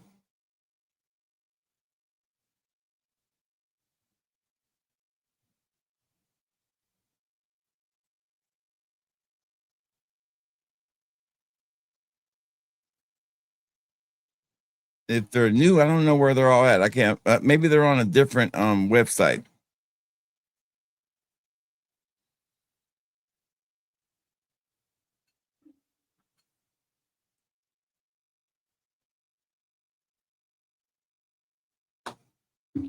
Maybe they're on okay,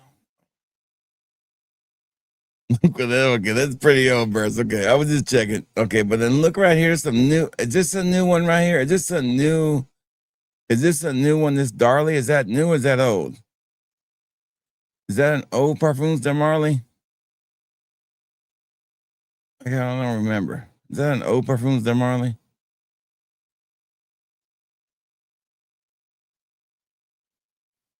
Looks like an old. That's a ladies one too, isn't it?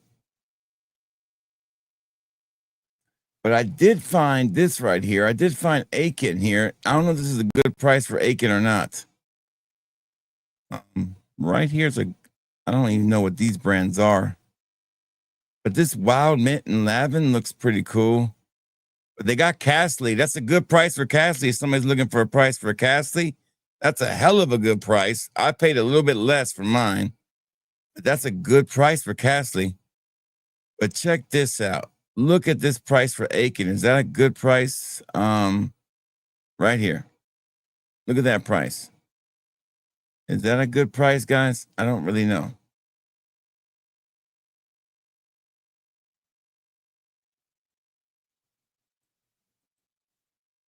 I could see the general.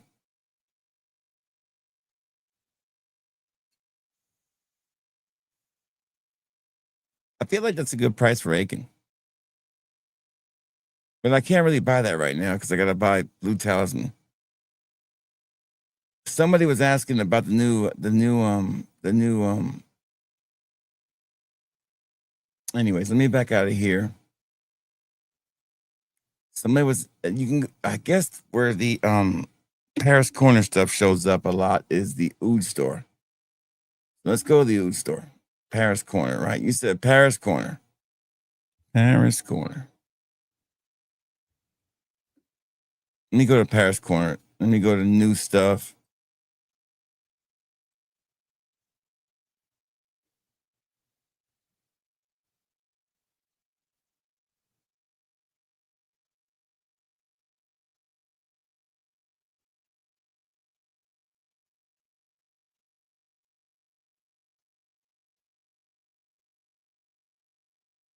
Okay, maybe not Paris Corner. Maybe not the Oud store. Let me go to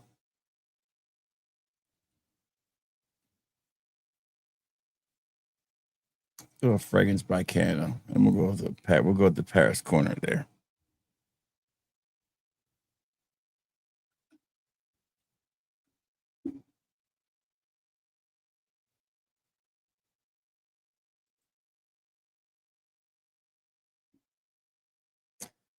Okay, so AI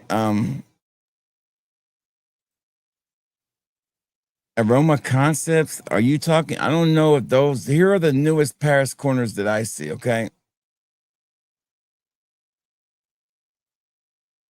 All I see on Paris Corner new is none of the stuff that you're talking about.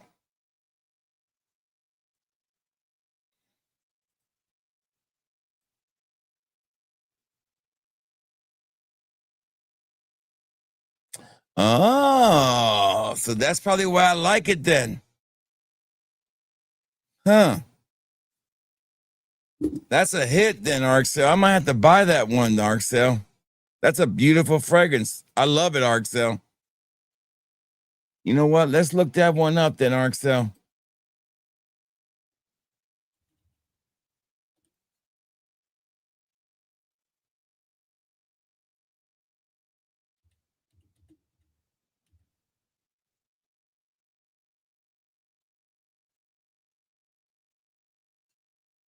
I'm gonna see if I can find that one on here somewhere. Where's it at?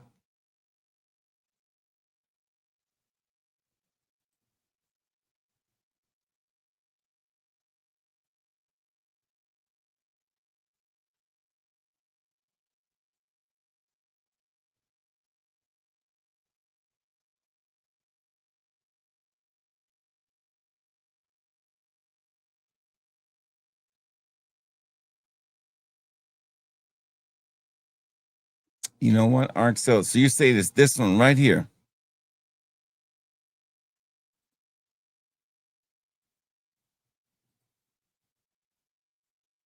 This one right here, Arcel.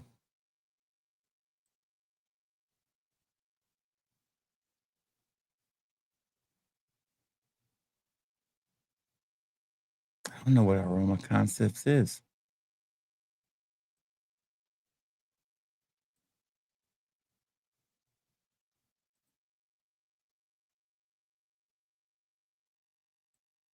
I do like Dua's version of it.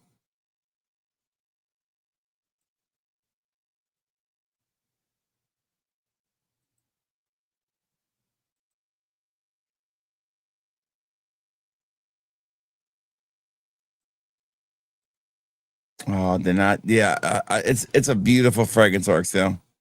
That cop. Listen, you know how good that Luciano does these. It's look at that gorgeous bottle. You know how great they do these Louis Vuittons, man. I love it. I love it. It's a hit. It's a hit. It's gotten better on my skin as it's a stunner. Stunner, man. It's a stunner. Stunner, stunner, stunner, stunner, stunner, stunner. Like I've been blown away by this fragrance right here. So I love it, man. I love it. Like Luciano just doesn't miss with these, man. Sneaky house, dude. Nobody talks about it. So aroma concepts. Okay, let me go here. I have no idea. Maybe I have heard of them. Aroma concepts. Okay, let me go here.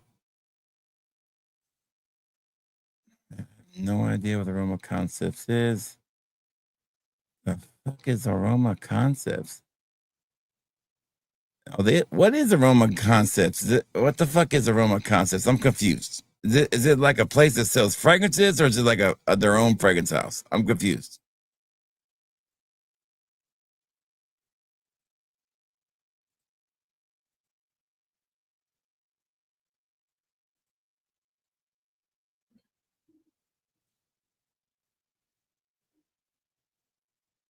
The fuck is all this shit? I'm confused here.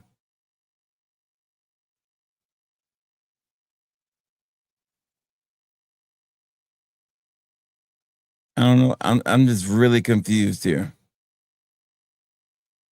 There's a lot of shit going on here. Okay, I'm just gonna look. I really don't know what to make of all this shit. Are these like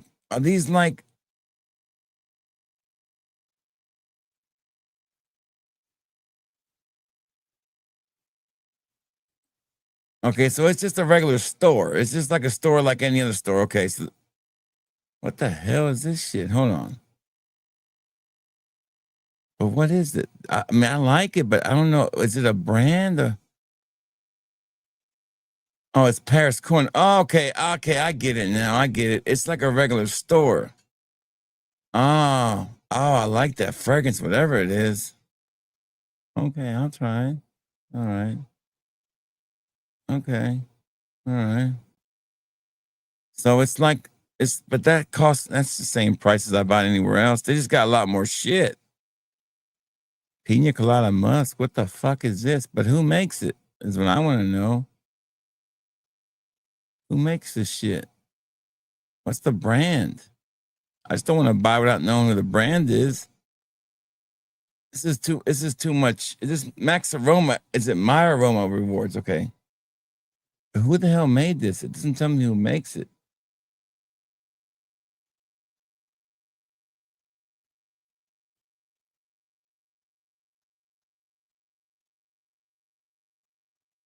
By Gulf Accord. I don't know who this is.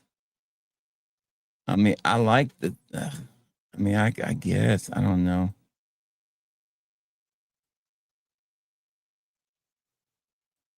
Try it, whatever. Okay. Pina Colada Musk. What the hell? Okay. I'm really just confused. I don't know what I'm looking at. There's too much shit going on here. What is this? What is this? What do I get here? I don't want no 20 ml discovery pack. Okay, let's just do it let's do by brands. Let's do brands. Okay, Ministry of Kajal. Let's look at the Kajals. Okay, Kajal. What do they got? Intoxicate. No, I don't want none of that. Back up. Back up. Okay, what's the other brands they got here? Mir.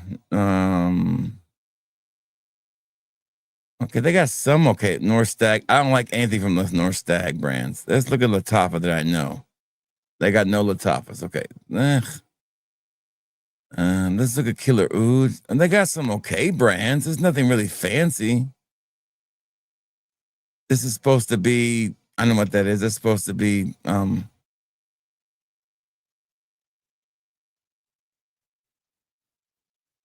mean, I guess. I mean, it's okay.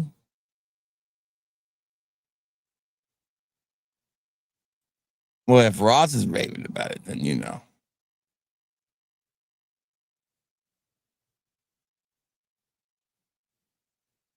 Yeah. Somebody's paying people to talk about it, right? Somebody paid Ross to talk about it, right?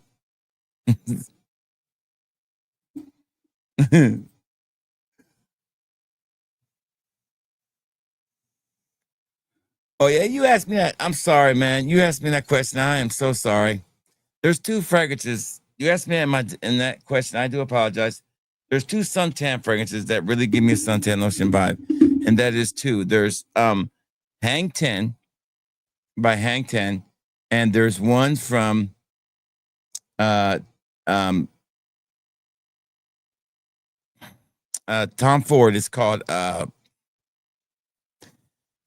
what the fuck is that Tom Ford called? It's in a white bottle. What is that called, guys? The white bottle, it's Tom Ford's little white bottle. I can't think of the name of it. I'll grab it in a second and show you. Yeah. I mean, it's okay. It's a little too busy for me, this website. I can't keep up with all this shit. It's all right. It looks like it's got a lot more going on for it than really what I can keep up with. I mean, I can find literally all this stuff somewhere else. I mean, you got to think about when I'm looking at stuff like this, I'm looking for resale. And a lot of this stuff is stuff I can find everywhere else. I appreciate it, but it's all pretty much the same pricing I can see everywhere else too. I appreciate it. I appreciate it, guys. I do really appreciate it. But a lot of that stuff I already find everywhere else. If I've got this market cornered on like 5 websites, I really appreciate it. Solio Blanc. Time for Solio Blanc.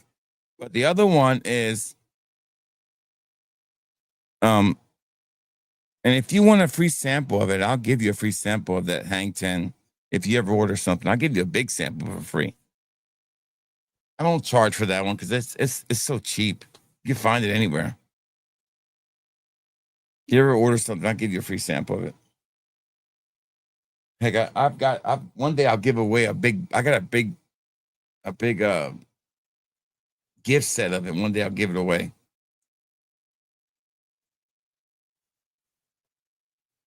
I mean, I'm pretty much Fragrance by Canada, fragrance.net.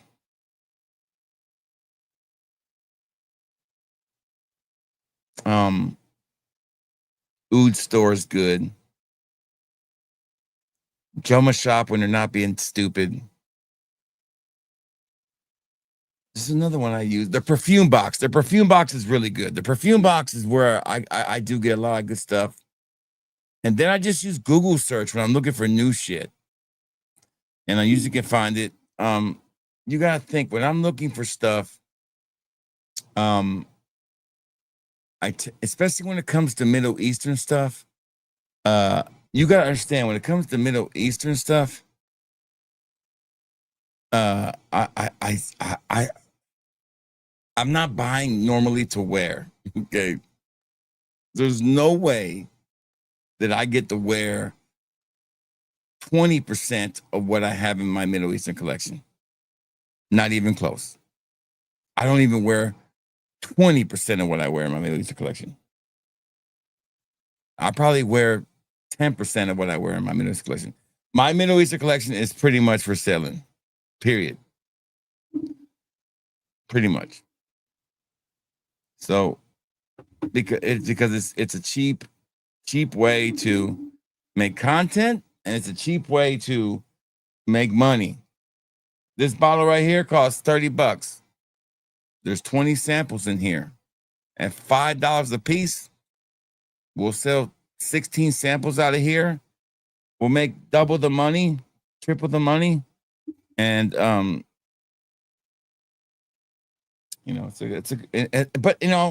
and if I do ever buy Haltane, I can do a bougie versus budget. Now, if I do want to buy Haltane, which I don't, but if somebody does want to sample this before buying Haltane, they can.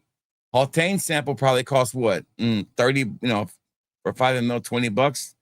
You can buy this at $5 and, buy you 2 more samples and you spend $15. You can have 3 samples of a fragrance before you can even try it. So I'm offering a service, and you're also, I'm also, after 3 samples, this is paid for.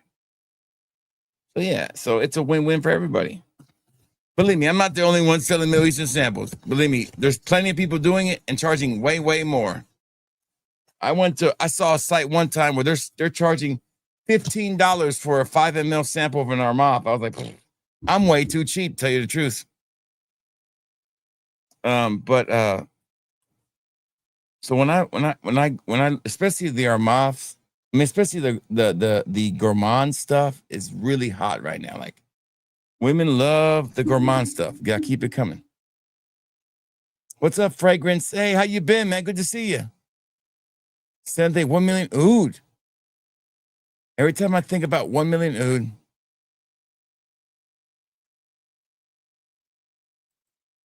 I hope he didn't lie, or that's it for this. I'm sure he didn't lie. I'm just saying, I don't think he lied. Ross doesn't lie about nothing. I'm sure that when Ross is a businessman. When Ross gets paid to advertise for something, it's a good place for people to go buy stuff. But for a person like me who shops for a living for fragrances, it's not a place for me. It really isn't. I mean, that place is for to me. And when I go in there, it's not built for me. It's built for people who want to buy single individual things. Me, the way I shop, it's not built for me. It's too cluttered. I need to be business-like Fergus by Canada, where I know where things are, like the Oud store. That place is built for a spectacle. I don't need a spectacle. I need business-like. That's not a business-like store. That's more of a spectacle kind of place. I buy in bulk. I don't buy like one or two things. That place is more of a shiny place. It's hard to explain. That's more of a consumer place. I'm looking for more of a business style place. That fits the need of most people. It just doesn't fit my need. He didn't lie. There's nothing wrong with it. It doesn't fit my need.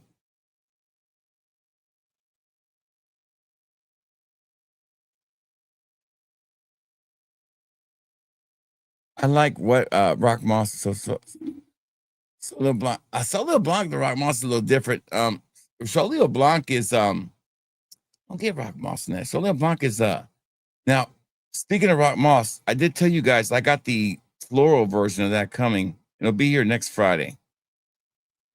For sure. It'll be here next Friday. I'm hoping that the News of Horror will be here next Friday too. I'm hoping. It's supposed to ship out on the 26th. It's 2 days shipping.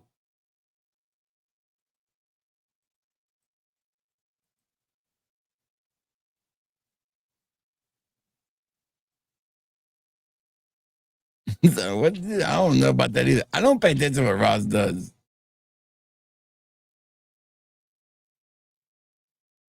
How many to a milestone? I think it's at 80 something we need. 80 something, maybe.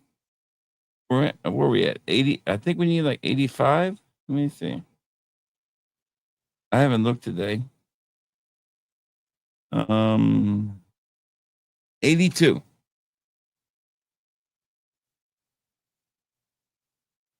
Let's see.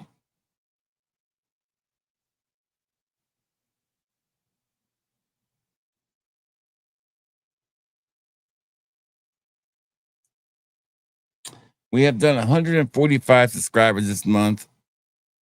What's so funny, if you look back on our that big month we had, which was May, and in March we had that crazy month with all those shorts. We did 1,300 subscribers because of those shorts, which I got demonetized for. We did 1,300 subscribers, and then in April we did 237. And then, and then June right now we've done 145. May we did 153. So April we did 276. So May we're going to definitely beat, we're going to beat May's numbers easily.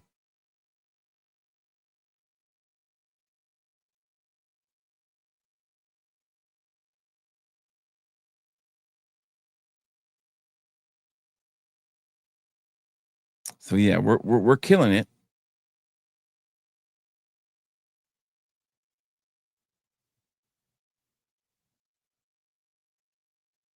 But overall for the year,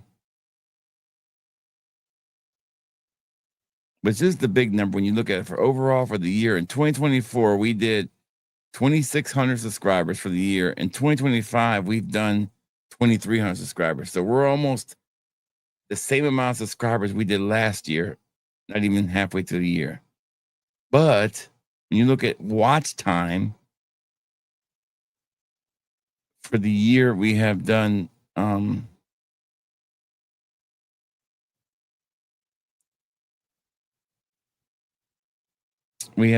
almost 20,000 hours, and then in 2024 we did 31,000 hours. So we're on pace for 40,000 hours, which is 10,000 more hours than last year.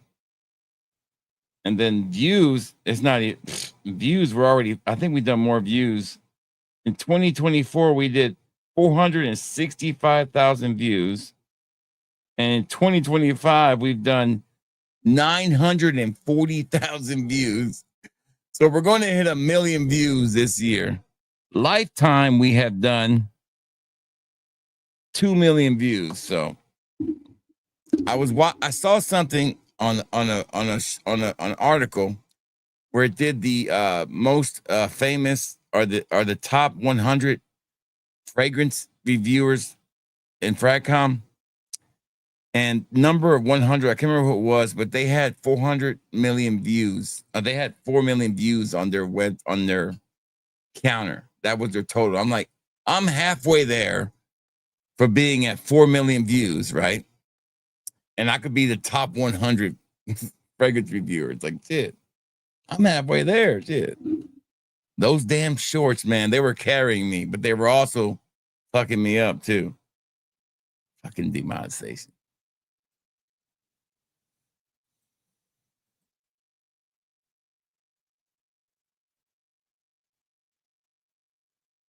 Yes, this is the what is this hat?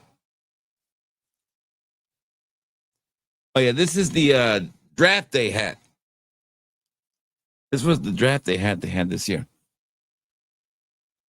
That's the one they wore in the draft day. Yeah,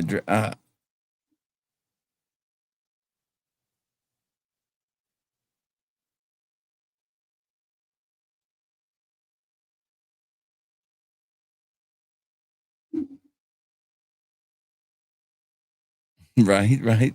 Good to see you, Orlando. What's up? How you doing, brother?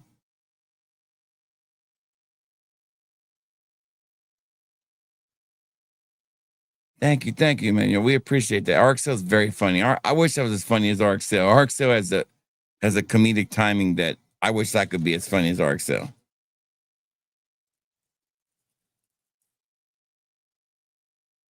I'm a humble person, and I know the limits of my comedic of my comedy.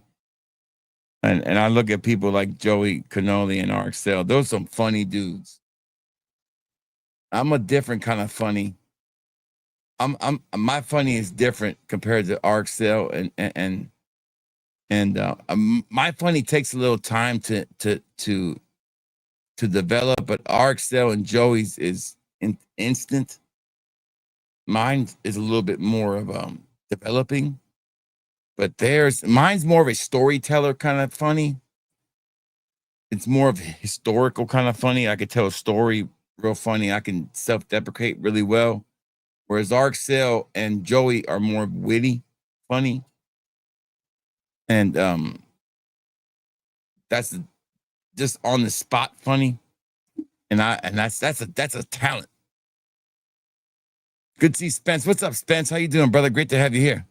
My other regulator. So this time, what was it about? Yeah, but this time next month, I'll be getting ready to reapply for that monetization. Coming like Patrice O'Neill.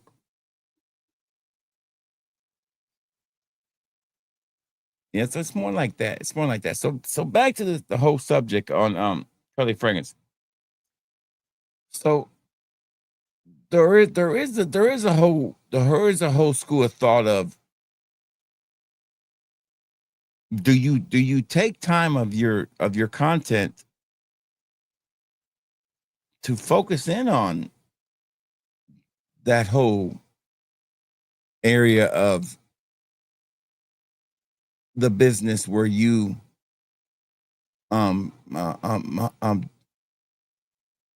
uncover these facts that people are trying to tell you about a fragrance that smells good, but it doesn't.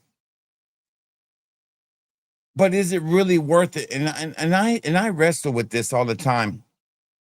That people say, but then because people, there's always this lame excuse that people say fragrances are so subjective, and I disagree with that 100%. I disagree that fragrances are subjective. To me, it's not subjective. I believe wholeheartedly that fragrances either smell good or they fucking stink. I think people who say fragrances are subjective is a cop-out. And that's the first time I've really ever said that.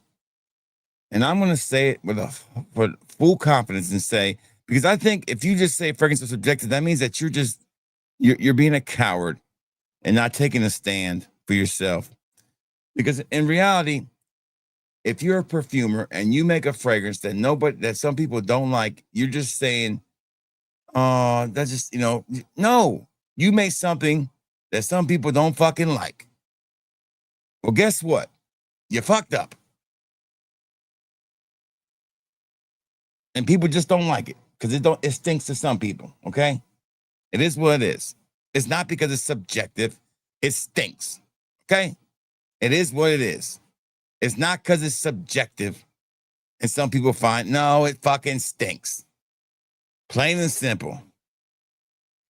Rubber and fucking smoke fucking leather stinks. Some people find that smells good. No. Some people find, no, they don't. It just stinks. Even the people who find it, say that it smells good. It might smell good, but it still stinks. Shit. Nobody will tell you that fucking soap, clean soap, and fresh fucking linen stinks. Even the people who don't like the way it smells, they won't tell you it stinks. It still smells good.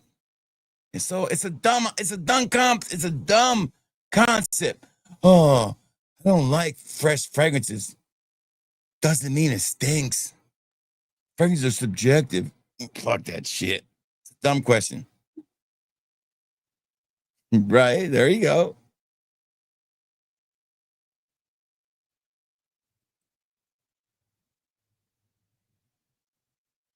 The opening is terrible. What did you miss? Man, my back's thrown out. I'm out of work. Can't pack orders. I can't go back to work till Monday. Can't do anything. Pulled a muscle. I'm afraid to stand up. When I stand up, I'm going to be crooked like the Hunchback of Notre Dame.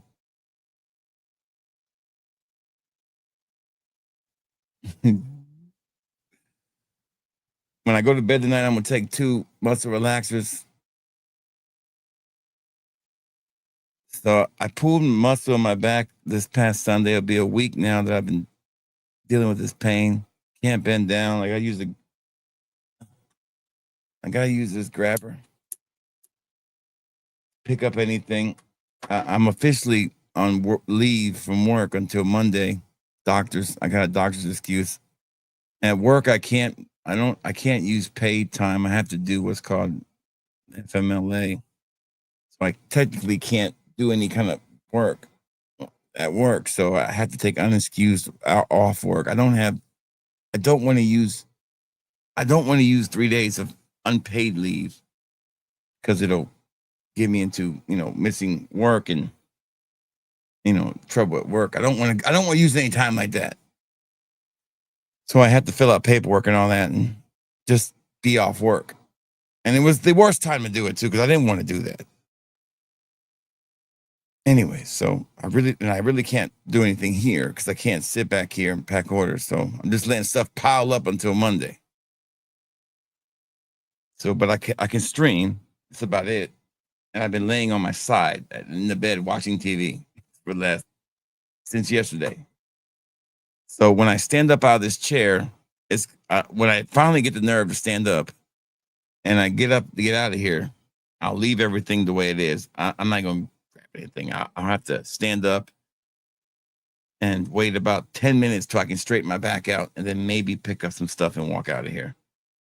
And then I have to get somebody to help me get up off the step or crawl up out of here. I don't know how I'm going to do it. So we'll see.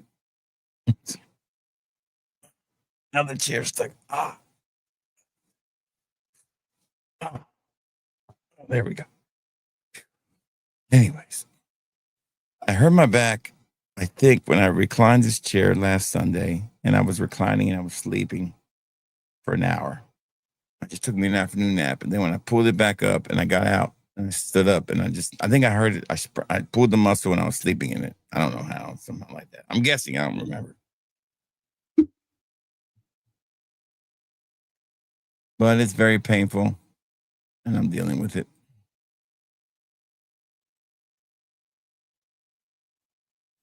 I hope I don't, what are they called? I don't know. Let me see what they're called. Oh, son of a.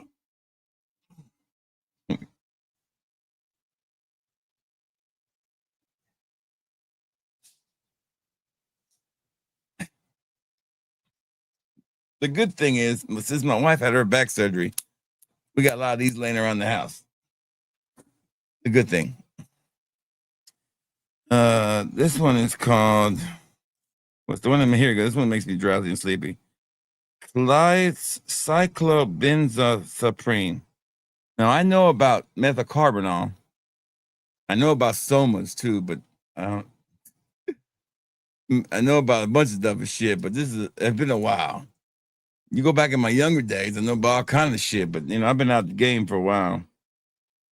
And the other one is called diclofenac. Basically, this is some weak ass shit. They don't give you good shit anymore. I can't take anything. Back when I was younger, in my younger days, about 25 years ago, I used to take about 25, maybe about 10 or 15, sometimes 20. We used to call them green beanies a day just to feel normal. And I had a really big bad problem with prescription pills when I was younger. And really, really bad. Let's say bad for about 3 years. And I didn't have any injuries. I had a friend who had an injury, and he got me hooked on them. And he had a friend. He had a dealer who had a connection to these guys who worked at the factory in Texas, and they literally stole them right off the freaking assembly line. And they were these green Watson 10s, and we called them green beanies. And this man never was low. He always had them in a green sandwich bag, and he always had them. And my friend,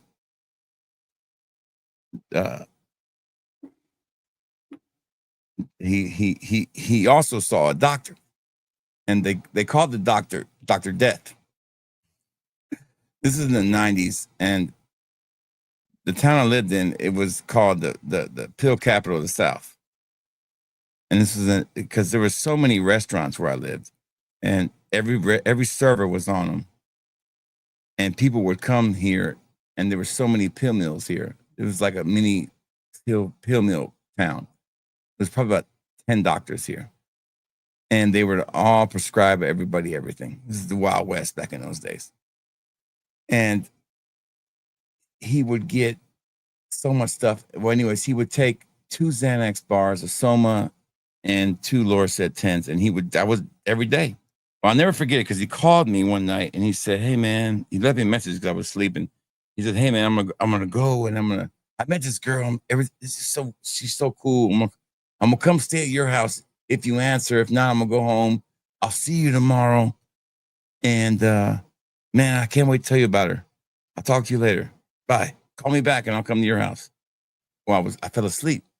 Well, the next day I'm at work, and I get this call from my other friend. He's like, "Hey man, Mikey's dead." And I'm like, well, this sad story time is brought to you by fatboyfragrance.com. And he had fell asleep at the wheel, and he died, taking that much stuff. He ran into a truck. Well, anyways, one night, weeks later, I just tore up. I was at his gravesite, and this guy walks up to me, takes a pill out, sticks it in his grave, looks at me, and he says, "Hey, buddy." I'm like, "You must be so and so." He's like, "Yep." He goes, "I'm Juan." He's like, "Yeah." And I find out who he is, and he's the pill guy. So we end up being friends. So I end up being, I get to meet the Connect. So I ended up being the Connect's, I ended up being the hookup to the Connect after that. So long story short, man, I ended up being the main Connect. So I end up getting all the hookups. So I end up staying hooked up. And that's how I ended up taking like 30 of them a day for about 3 years. Luckily, I didn't end up getting run up, end up head up in front of a truck. But for 3 years, man, we would go every 3 years we go out to that grave site together and we would put a pill in the dirt for him. I did that for 10 years. Excuse me. We stopped doing it after that. But yeah, I quit. I've been sober. I hadn't taken a pill in 20 years. But that was the toughest thing I ever gave up. But the reason I gave it up was because of my wife. She was worth giving it up for, and I, of course, would help. But yeah, that was tough. That was toughest thing I ever did. For sure. Toughest thing ever to do. But now you couldn't even get me to do anything. But yeah, this is nothing. I haven't had a pain pill in 20 years maybe. Even when I have surgery, I turn them down. Every surgery I've had, the strongest thing I've had is nothing. I deal with the pain. When I had my dental surgery, the strongest thing when I had that real bad thing when they had to put my implant back in, my God, they didn't give me nothing. I about died, but I lived with it. My dad was on pain medication real bad, and that was enough for me to see that too. But I do feel sorry for people who have to be on those drugs, and I feel their pain. It's some tough times, especially now. There's no way I could deal with the stuff people have to go through now, especially with all the other stuff out there now, with all the mixes and with all the other stuff, and with what's the stuff called? I can't think of it right now. Well, you know what I'm talking about, that the deadly stuff they put in there now. I can't think of it. Back in my day, it was clean. It was clean stuff. You knew what was in it. You weren't going to overdose. It was clean. It was before the heavy stuff. What was that stuff called? It was around, but nobody was doing it. It was just straight up Laura says. What's that stuff? The heavier stuff. What was it called? Can't think of it. It was just clean. It is. You got it. What do you think? Challenging, isn't it? Fentanyl. Yeah. See, even before fentanyl, what was the other thing called that was killing people too? Before fentanyl, the prescription stuff. What was it? Methadone. Not methadone. God, what was it called? Can't think of it. It was stronger than Laura said. It was called something else. But yeah, it was nuts. I know that took a turn, didn't it? Yeah. That's got me thinking about it.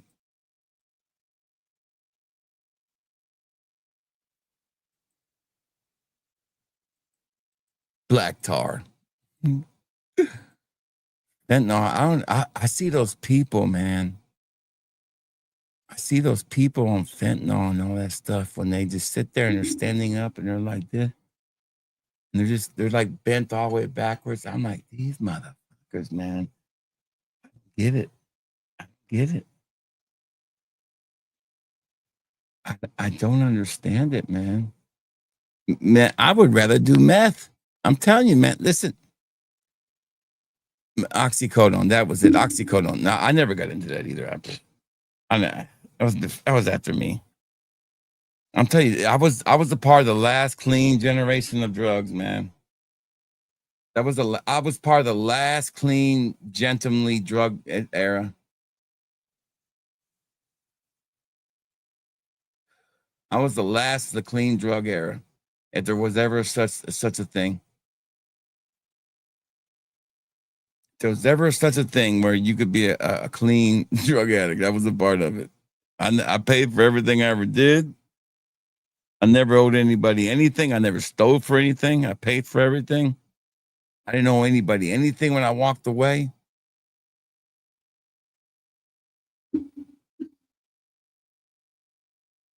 Yeah.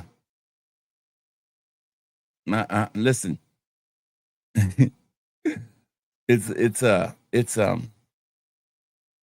um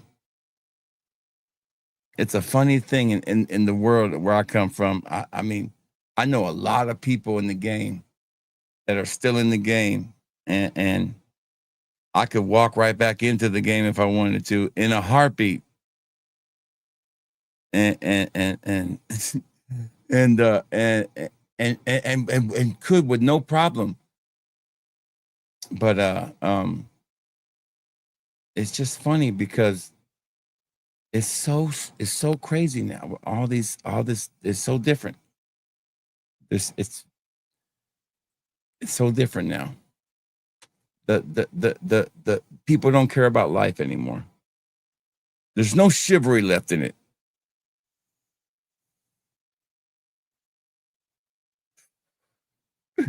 It's a young man's game, as I like to say.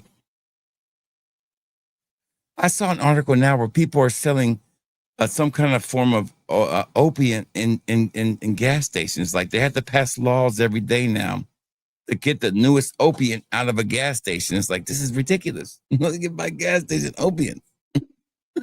They drink lean. Oh God, it's ridiculous. I feel like Carlito in Carlito's way. That's what I feel like. Anyways, let's get back to fragrances. Curly fragrance. To finish up on that topic. Whew, maybe I'm just loopy from all the pain. Yeah, it's definitely more ruthless, and it's heartless, and kids are more desensitized to what's going on in the world today. They're more desensitized, and I blame a lot of it on Grand Theft Auto, and definitely Grand Theft Auto for sure. GTA Online has definitely ruined a lot of the youth, for sure. And to be honest, I couldn't even begin to speak to the youth anymore, to tell you the truth. I couldn't even speak to them the way they speak now.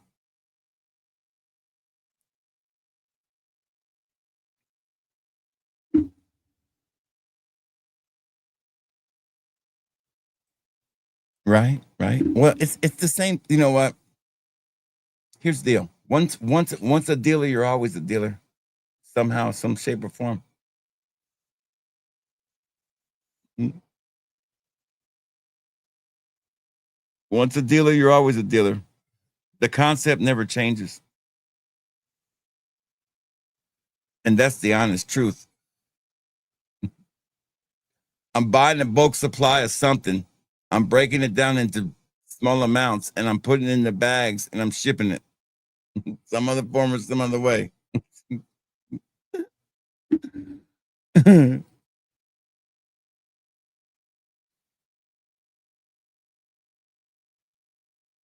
was playing my Atari.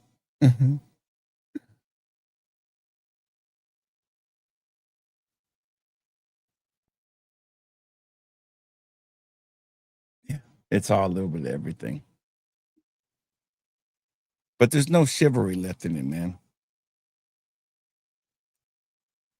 Don't get me wrong, it was bad back in my day too. People would there was crackheads back in my day too.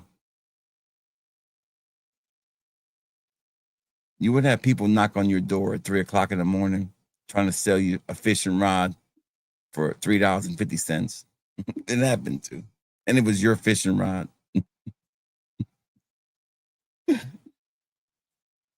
You know that time when you realized your friend was on crack. You knew it.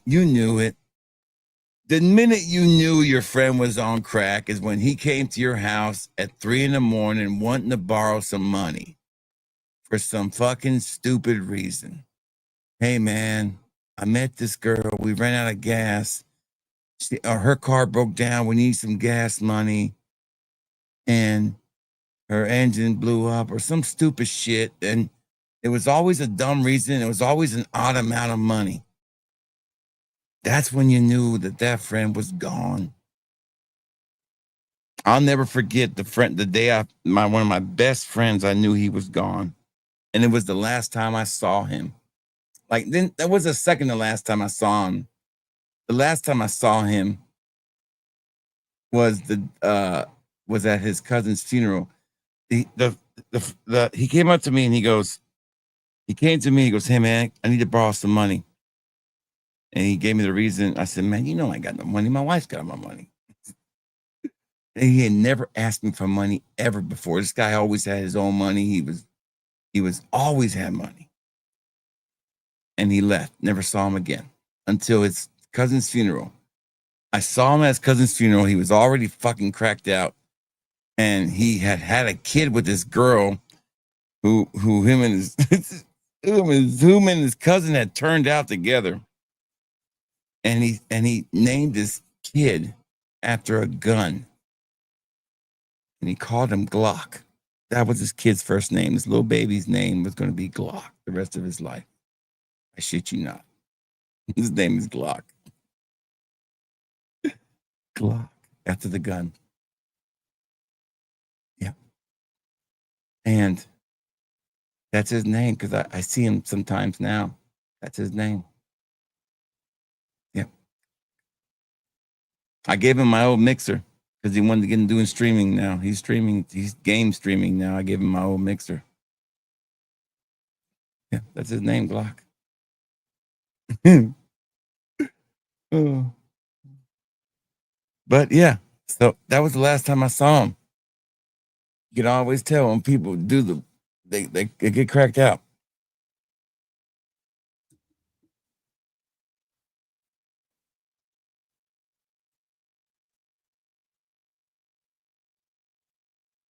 Yeah, yeah, that's the end of it.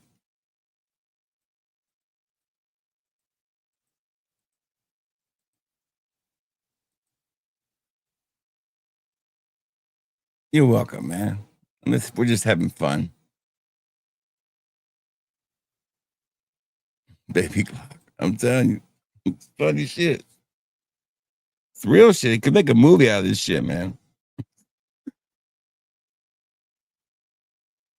You know what, though? He's a good kid, though, man. For what he had, the saddest part about that whole thing is my friend's dad did him the same way, just abandoning him. And then he turned around and did the same shit to that kid. And that kid has got a great grandmother, and she's raised him up to be a good kid. And he's a good kid. And he's turned out to be a good kid. And I help him out where I can. He's a good kid. And I just wish he would use the name better. I'd be fucking running with it. It's kind of a cool name now. Shit. It's kind of actually a pretty cool fucking name now to think about it. Shit. Nowadays, it's a pretty fucking cool name. Today, back then, it didn't sound that cool. But actually, now these days, it's actually pretty a cool name. If you think about it.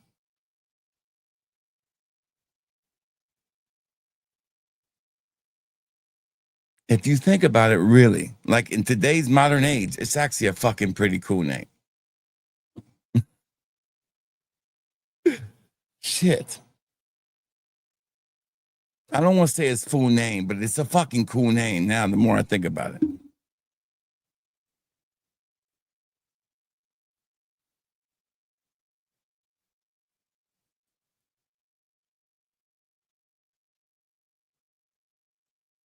My boy went crazy and went to the window crazy at his store for the whiz. Damn.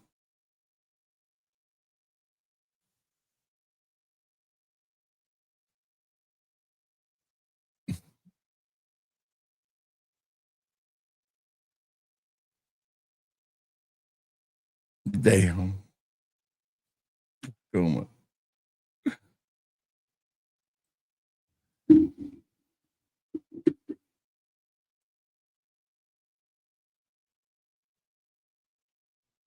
And the kid doesn't have much of a chance. Really. But he's doing good. Doing good. Bought himself a car, doing good. It's crazy. crazy world.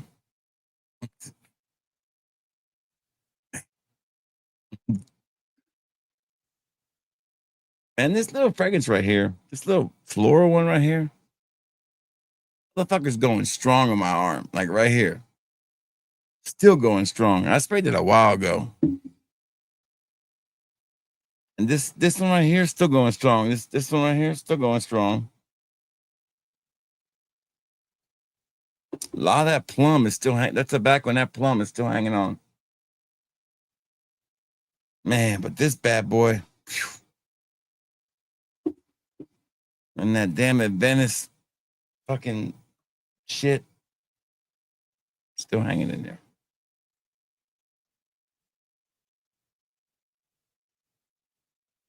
You think the blue one will be good? Which blue one? What blue one are you talking about?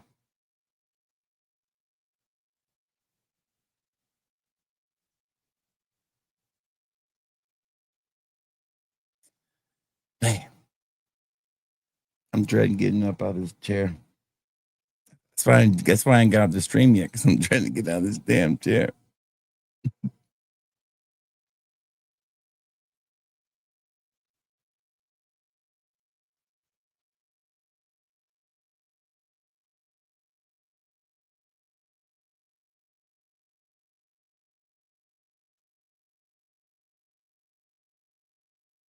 I missed the what? I missed the Tom McCann shoes. I don't know Tom McCann shoes.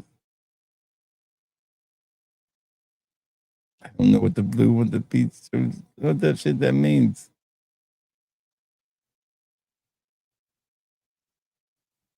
Oh.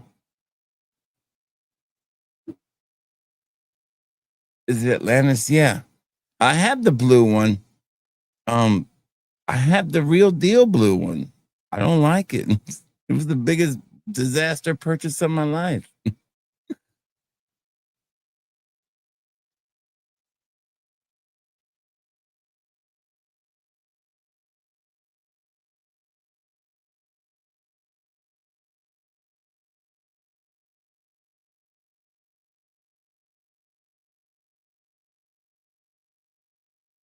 Hartnell is what is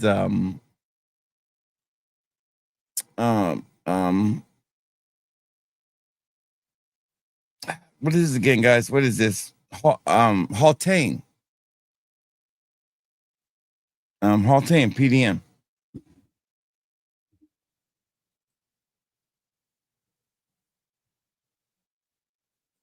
No, but I can go there now.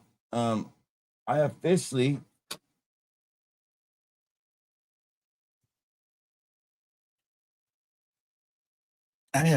now have a I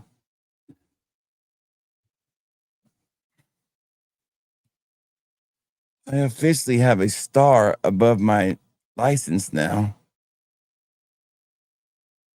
and a passport where I can go to Dubai if I want to. I won a trip to Dubai from Dua. What was that? Spence, what was it? About 2 years ago, I won a trip to Dubai. I was so happy I was going to go to Dubai. I won a trip from Dua to Dubai, and I couldn't go because it was back in 2021 or 2020. It was 2021, I think. I won a trip to Dubai, and I couldn't go because I didn't have a passport. And I was going to go to Dubai for free for a weekend, and I couldn't go. Now I can go. I wouldn't go. No, I have nothing. Be no point of that. What would be the point of going to stream with Curly Fragrance? To get what? To be fake with Curly Fragrance? Why? Why would I want to go? I mean, to act like I have something to gain.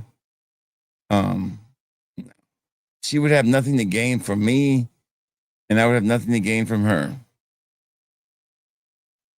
I would rather go to Dubai to eat some good food and have an experience. I would never turn down an experience of going to Dubai because it's an experience to go somewhere where they make fragrances and experience that because I am not a person. I don't ever want to be that guy who wants to be so enclosed and say, "Oh man," or to be I don't want to come off and be like just because I'm jealous of people who get to go and do those things. No, I think it's kind of cool that they're over there and they're doing that. That's fine, but I don't want to be around them. I'd rather go there and do my own thing. But I don't ever want to be that person and say, "Oh, look at me, I'm in Dubai." No, I want to go there and fucking do my own thing. I wouldn't even let y'all know I went there. I would just go. I think it's kind of cheesy to say, "Oh, I'm in Dubai. Look at me." I would just go there and go and get back and say, "Hey, I went to Dubai. Here's what I saw. It was kind of cool."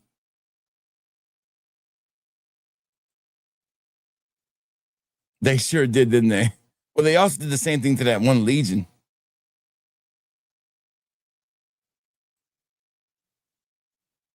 No, I keep my distance from that guy too. I'm not a big fan of that guy. I'm not a big fan of Andrew Tate. Listen, me and Andrew Tate, we really have nothing really in common to talk about. We have different views on what really is a man, and B, I don't think he really sees me much as nothing really we would have in common. Um, uh, Nothing really in common with Andrew Tate.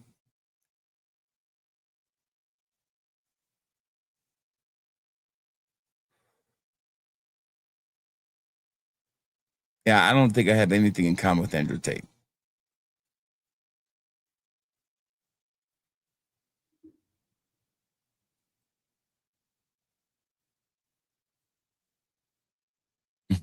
Give Curly Ferguson a fuck trophy, as we like to call it, where I come from. That's what we call it down here. Oh shit, my bad. That's what in my hood we call that shit. We give that girl a fuck trophy. You don't give that woman a fuck trophy, shit.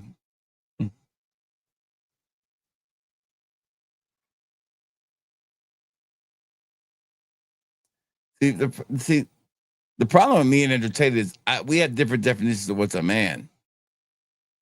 What to me, what makes what I always look back at what my dad defined as a man, and what I always defined as a man could be defined as by three things, and that is, um, a man is defined by his work ethic, um,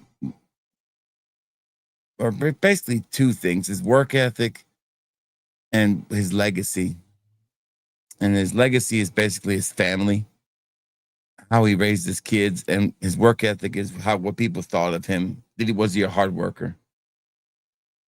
So, were you a hard worker? Did you work hard? And how did you raise your kids? And those are the two most important things. Did you provide and did you work hard? And by doing that, were you a good father and were you a good husband? And did you work hard? Those are the things that make you a man. And I don't think I've ever heard him say that once. So we have different opinions about what makes you a man.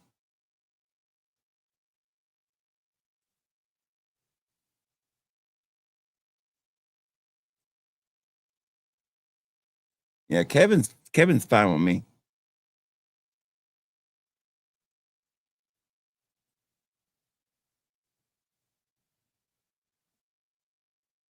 No way. There's no way. Seriously, no way, dude. No way. 5.4 shit.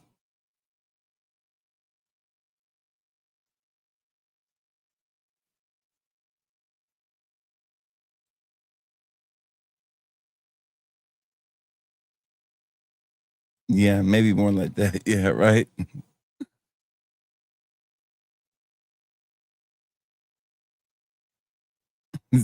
Damn.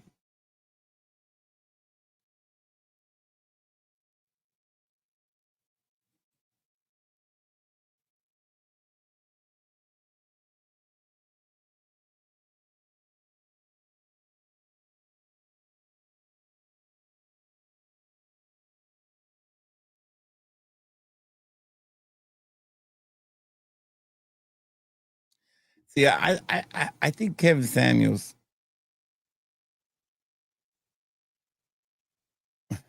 I think he left us too soon. I think he was on to something really, really. I think he just really didn't hit his peak, man. We got really short staffed on that one. Hey, Joffney Card, how you doing? Thoughts on Red Intensely? I think it's redundant, and I think you should pass on it. I did a video on it. I think it's something we did not need. I think if you want to try something from that house, if you haven't tried anything, maybe then. But if you have tried red or white in that collection, I think you can stick with those and you would be just as fine. But it's not necessarily important to get that one if you haven't already tried red and white.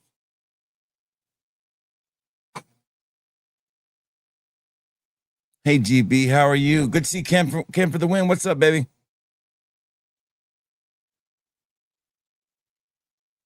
Good. GB, this is a great question. Great question. How let bar not smoked meats here for the insects?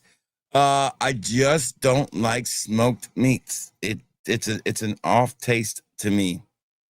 I like sweetness in barbecue. I just don't like the taste of smoked meats. It is just a weird taste to me. It overpowers the food and it takes away from the taste to me. It all started with the areas where I live, where they would do these smoked chicken plates and bring them by and sell them. And everything in the box would taste like that smoked chicken. And it just ruined the taste for me. It's nothing that was a whole life thing. It just became a thing for me in my later years where I was like, ugh, I don't like this anymore. And ever since then, it was probably, my later years, I was like, I don't like this. And I grew not to like smoked meats. And it was probably because of the smoked chicken that Southerners started selling in boxes when they would do these smoked chicken sales. And it really just turned me off to smoked meats. And ever since then, I really don't like it. I do like barbecue. I like a good sweet barbecue. I'm a fan of sweet barbecue. I love pulled pork. I love a good brisket. I don't care for smoked meats though. I would love to open up a food truck and do my dad's barbecue. I would love to open up a pinchos and call it Papi's Pinchos. Be a dream of mine. Pinchos are shish kebabs, by the way. I would give up fragrances if I could do that.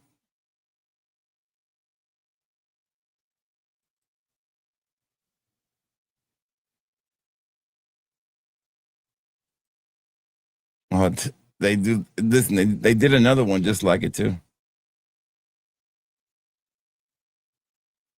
And they do that smoked meat with that white sauce. Ugh, I don't like that white sauce either.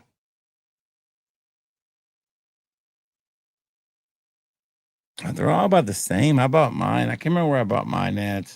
Let me look. I think mine was $59. I don't remember how much it was. I can't remember where I bought it at. I'd have to look. I don't remember where I bought it at.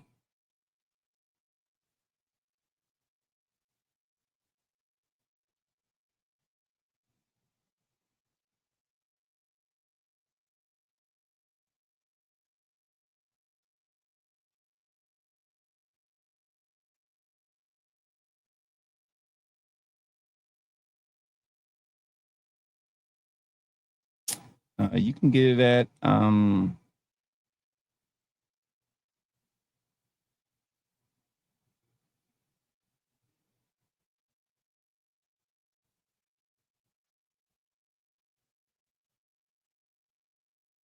can get it for $59 at where is this at? You know where this is at? I'm trying to see.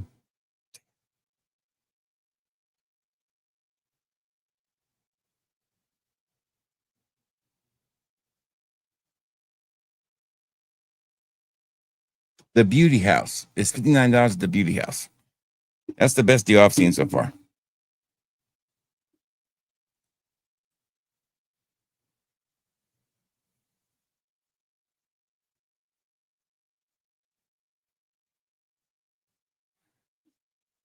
Ugh.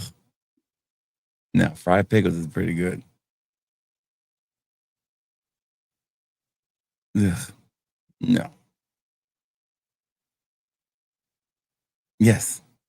On potato bread's good too. Yeah. See, I would do it like this. I would do pinchos. Then I would do what's called I wouldn't even do like a pincho dog where I would put that pincho on like on a hot dog bun. You can do some crazy shit, man. And it's a cheap cut of meat too. It's a pork shoulder, so it's cheap. My dad used to sell them once a year at the Salvation Army thing we used to do. And it's just he would, it was just pork shoulder, and he would just cut up the pork into chunks, and he would put peppers and onions, and he would put it on a stick, and he would, put the pepper and onions and pork, and he cook them, and he would put the seasoning on them, of course. And then he would put a little barbecue sauce and a piece of bread on the top of it. Man, he would sell the motherfuckers out $1 a piece every time. He had that place smelling so good. Those shish kebabs, pinchos, Poppy's pinchos, man. And we'd have no problem selling out.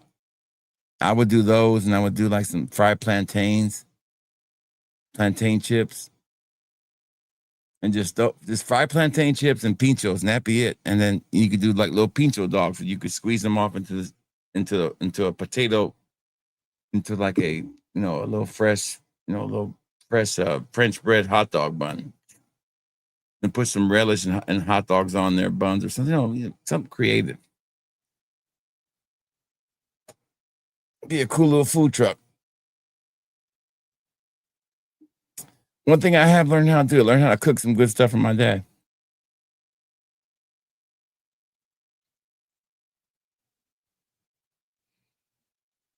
Right. So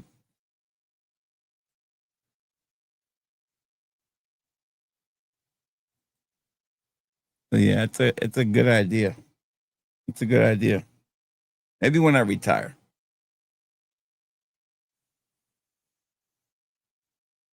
I tell my wife that maybe one day when I retire, I need something to do. And that's something you can do. Buy your little food truck and give you something to do when you're older. And that's a fun thing to do. You don't have to do it every day. You could do it just on the weekend. 3 or 4 days a week. In between doing this stuff. Just something to keep yourself busy. In between dyeing your beard, Just dyed the beard the other day. It's a fun thing to do. But yeah, it's the cheapest cut of meat you can get, a good pork shoulder. Just buy you 4 or 5 of those a week, and bam. Best sung clone. I don't know, but I got one coming in. I've only tried duos, but I got one that the U store is very slow about delivering. It should be here. Oh, let me show you. It should be here. Let me pull it up and show you.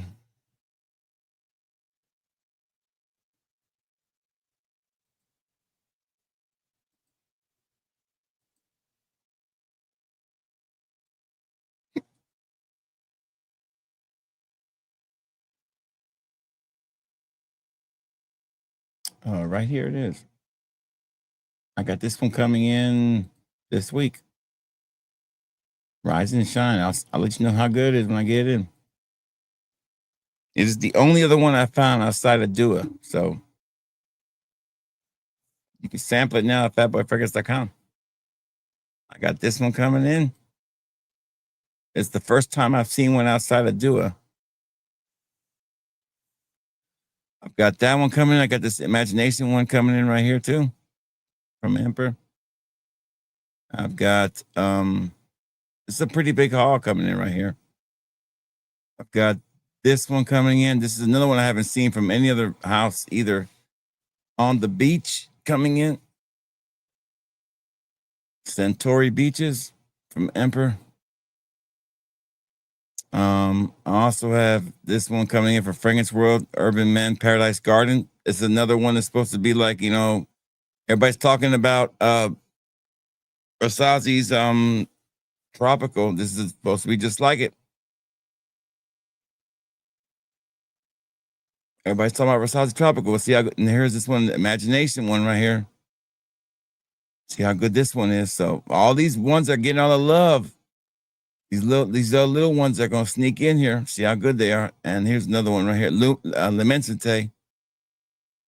See how good that one is too. I had another one coming from them.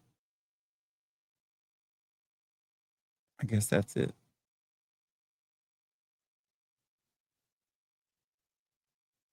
I thought I had one more. There they are. Here it is. There it is. And I got this one coming in too.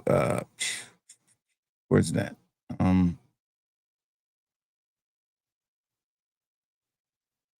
this one right here. This is a blatant copy. Look at that one. Lord of Flames.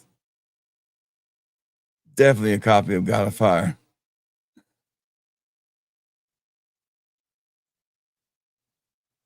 Except Ricardo. That's right. He was barely around. Yeah, Louis Vuitton.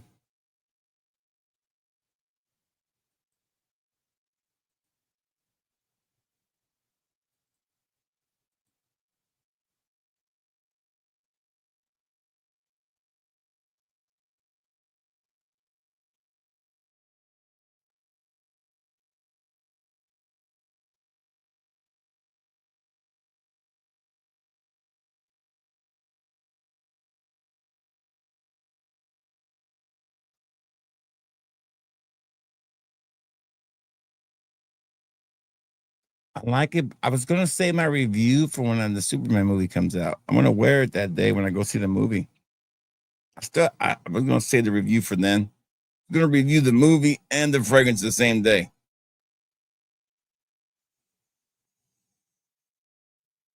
I'm gonna get my popcorn bucket. I figure I'd do it then. I'm still gonna. I'm debating if I'm still gonna go see it. But I'm gonna go see it. Yeah, my dad was around right when I started doing my channel. I think he was 4 years ago. I think he was.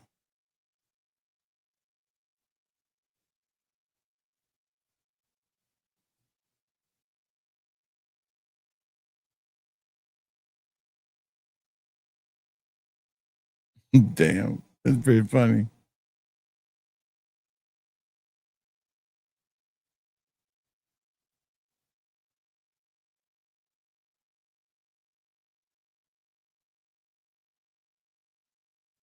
I don't know, whatever they have here. I can't remember what they have here. I don't know which one it is.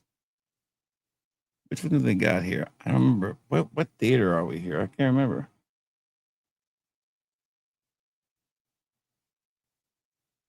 I'll tell you. Hold on.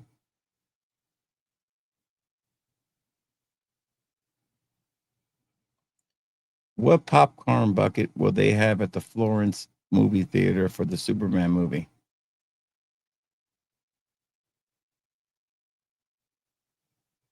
The Heat Vision popcorn bucket, it looks like it. Regal. Yeah, so we're in the Heat Vision popcorn bucket, looks like.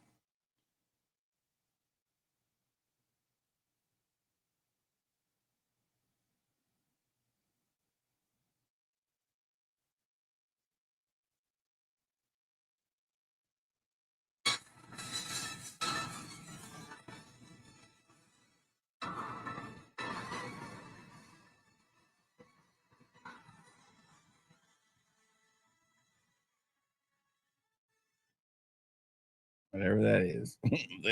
So it's a Regal theater, so I think it's a Regal. I thought it was a car. I don't know. I ordered my ticket and I'm getting a damn Regal one. Sony headphones. Are these Sony's? Yeah, these are old Sony's. My Bose's are my Bose headsets. The wires are messed up. These are old Sony's. Sony guts. I think they're the Regal headsets. That's the tickets I bought. I did not order Fantastic Four tickets, so I don't plan on going to see that.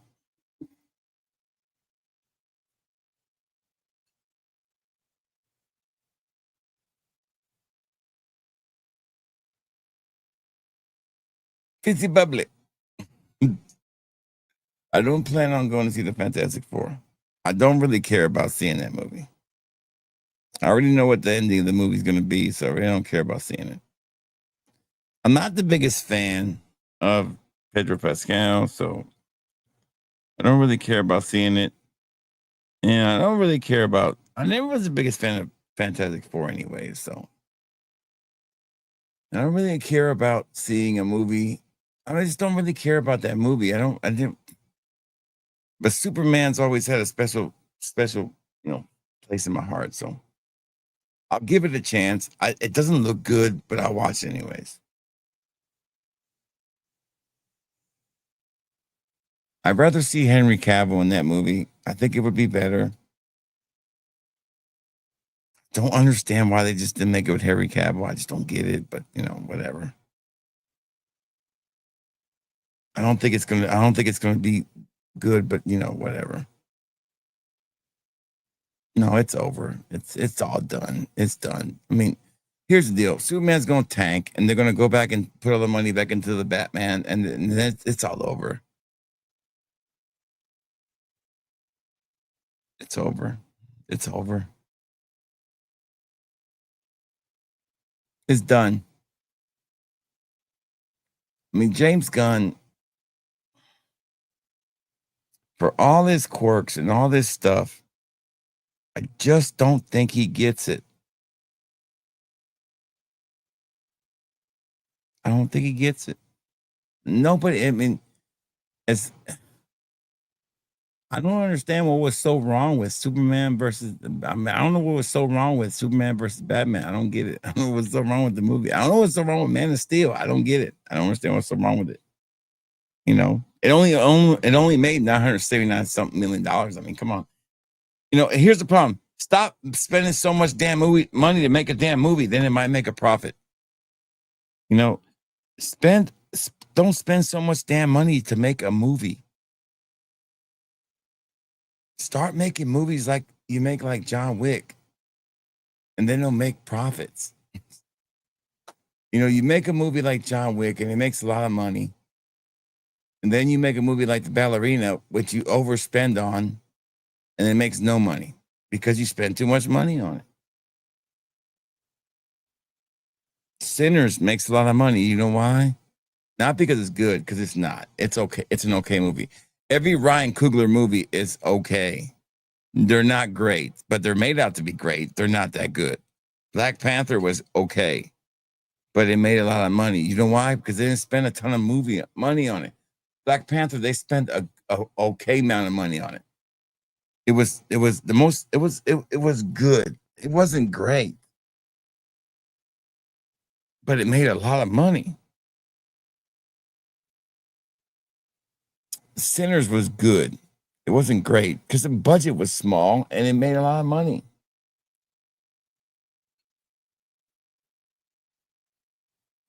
If anybody says that Sinners is better than Dust Till Dawn, they're smoking crack. Okay, I'm just saying. I can't remember 2 quotes from Sinners that I can quote. I can quote fucking 25 lines from Dust Till Dawn. Okay. We got black pussy. We have black. If you can find pussy cheaper somewhere else, then fuck it.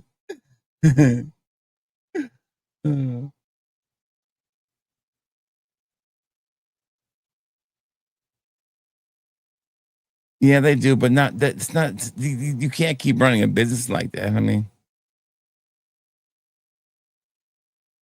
yeah, it is a classic. Not, it wasn't over budget. It made money. It was under budget. It was. Mark Zell was in that movie, right?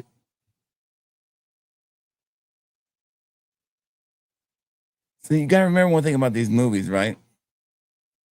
Here's the deal: if they make $700 million, okay. First of all, okay, look, the advertising budget is $200 million, and it takes $200 million to make it. So that's $450 million they're in, okay. And the movie makes $700 million. They don't get $700 million. They only get $350 million because they only get half of it back.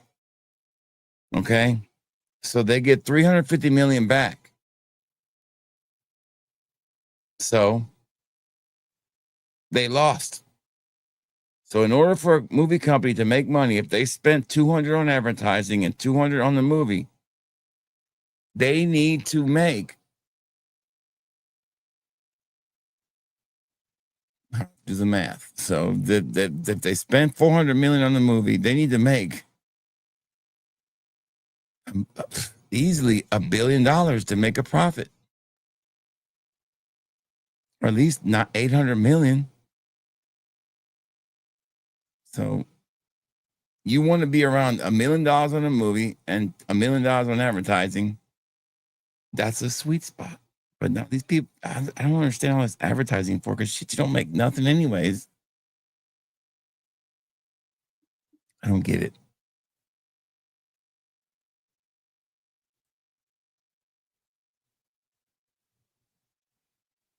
No, we don't. They don't know what to do with it. I say what we need now is fresh ideas. Karate Kid Legends suck. So we need to leave out. We need new ideas. We need new ideas. We need fresh ideas. Or we need cheaper movies. Look at The Terrifier. The best example I can give you is The Terrifier. I mean, that movie's made more. I mean, you were the 50th anniversary of Jaws, okay? The creator of the summer blockbuster. Today is this is the 50th anniversary of Jaws. The creator of I mean, come on. There is not a more perfect movie out there than Jaws. Everything in that movie is perfect. And they have not been able to replicate that movie that's 50 years old since. They can't replicate Terminator 2, and they've been trying for years. Why is that? They can't even replicate The Terrifier. And this guy's making it on a shoestring budget. And believe me, they're trying. They're trying. Now, I will say this.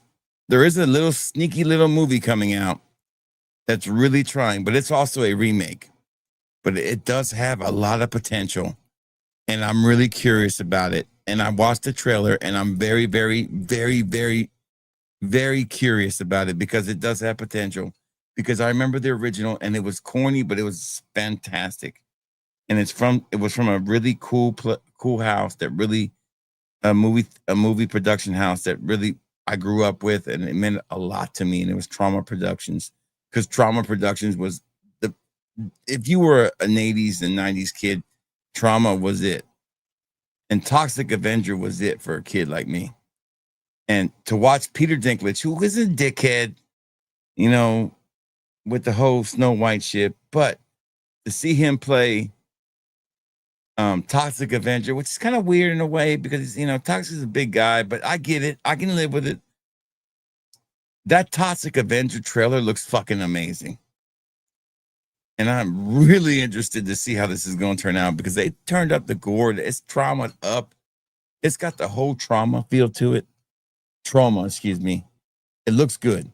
If they can pull that off, I'm in. So I'm looking forward to that.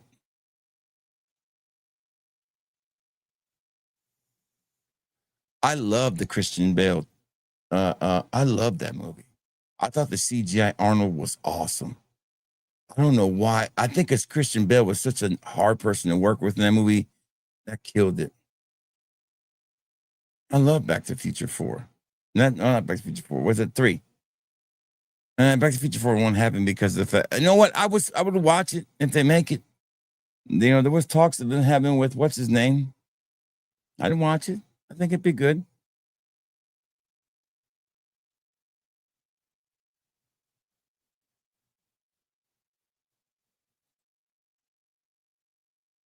It's a good movie. It was enjoyable. I enjoyed it. I love the actor in it. He's a great actor. I just don't think it was worth it. I think Ryan Coogler movies are overhyped. I think it was overly analyzed way too much for what it was. It overhyped and under. I think Ryan Coogler movies overhyped and underdeliver. The same way I feel about the gentleman who gave us Hamilton. I think Hamilton is the biggest fucking piece of shit play we've ever been given in our lives. I think the biggest travesty in modern history of entertainment is Hamilton. I will go to my grave saying that. I would say the biggest travesty of Puerto Rican history is the guy who created Hamilton. The shame and scourge of Puerto Rico is that guy. I'm sorry. I don't give a shit what anybody says. Oh my God. And my daughter loves Hamilton. I have never been so embarrassed to be Puerto Rican in my life.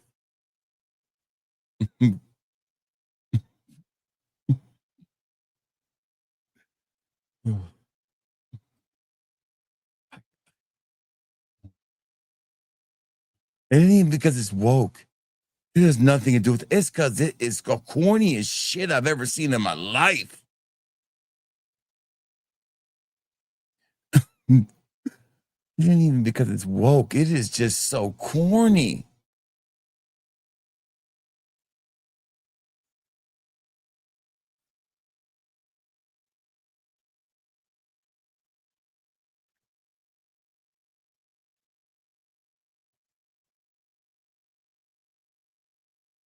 I'm not saying. This is the way I feel. I'm just saying. I'm not trying to. I'm just saying. I feel that way about the whole. And listen.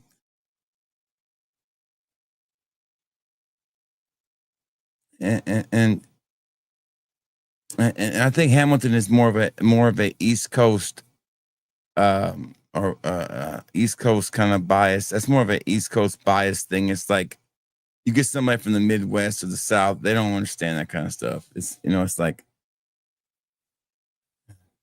oh, I've sat through it. Believe me, I have, and I wish I never have.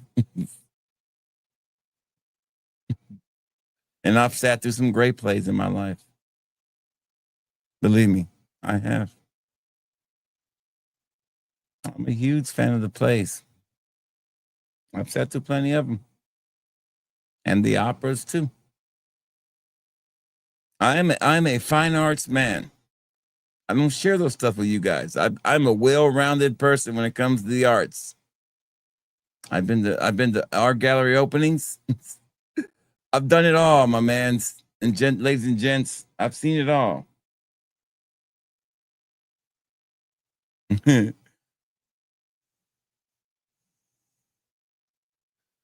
And I've been to my fair share of strip joints. They have made those movies now. It's called John Wick. It's called, they make it now.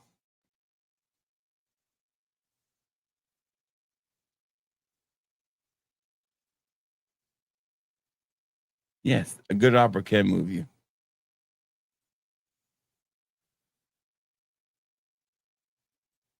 So,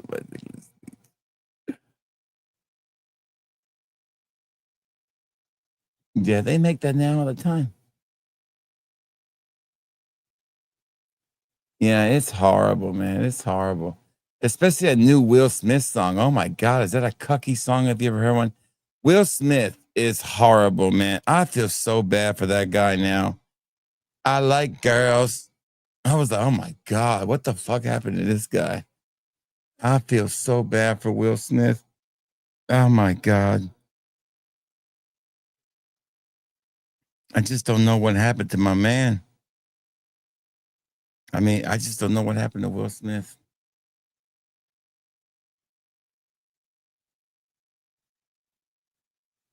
I mean, something broke in Will Smith.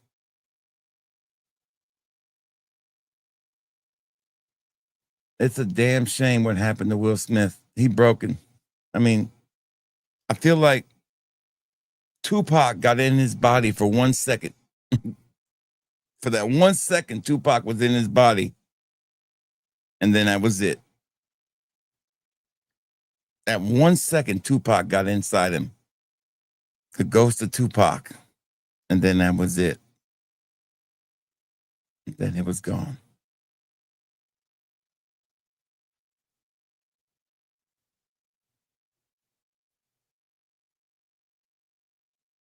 Sam Cassell. That's a good one. She's a horrible person, man. Horrible person. It's a horrible person, man. There's gonna be some shit come out by her one day. You watch. I mean, some really horrible stuff. You watch. She's a horrible person. There's gonna be some Harvey. She's gonna be some Harvey Weinstein shit come out by her. There's a reason why you ain't seen her in no movies. It ain't because she don't want to be.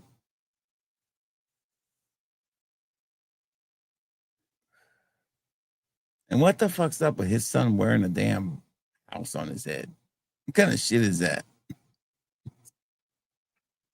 What the fuck is up with that? I mean, come on, man. I mean, I'm not the most, refined person. I'm look at me. I'm wearing Pit Vipers and the Eagles jersey. I mean, I know. I'm not the most, I mean, come on, man. I mean, Jesus Christ. I mean, come on. Okay, I'm not rich, but damn, come on.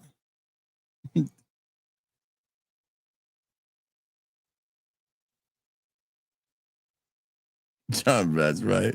Right. But back to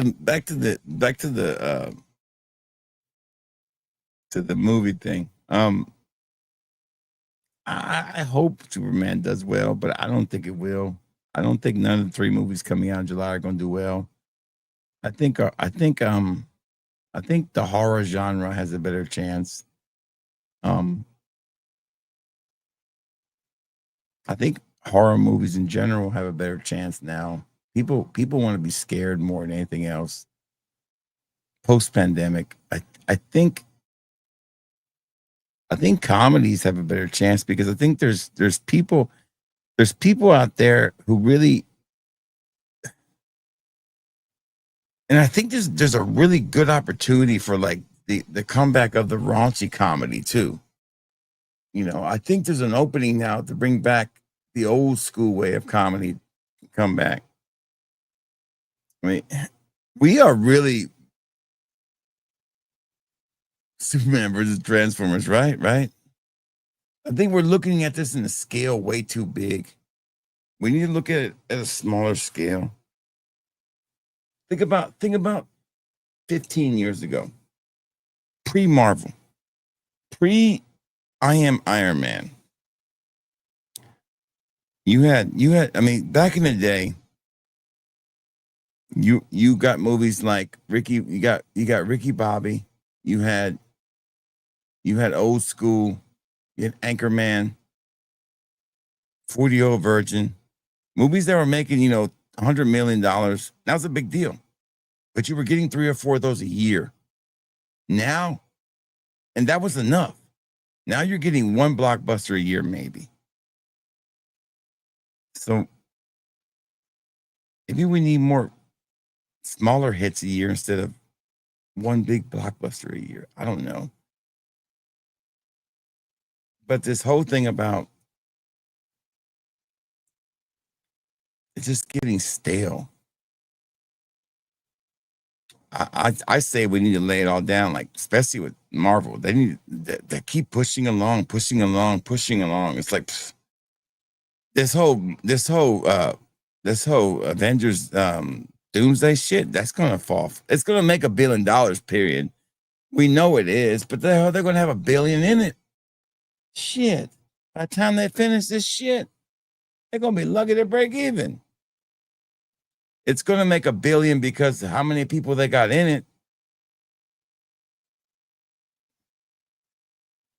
Yeah, that's a good movie.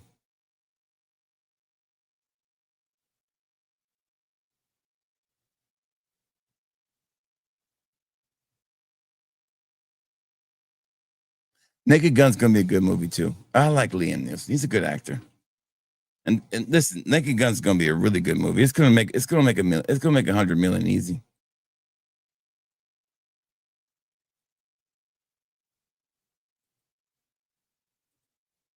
Well, let's just look at it. Let's just look that up right now. Let's see what the movies that are coming out now. Let's see. Upcoming movies. Upcoming movies. Upcoming.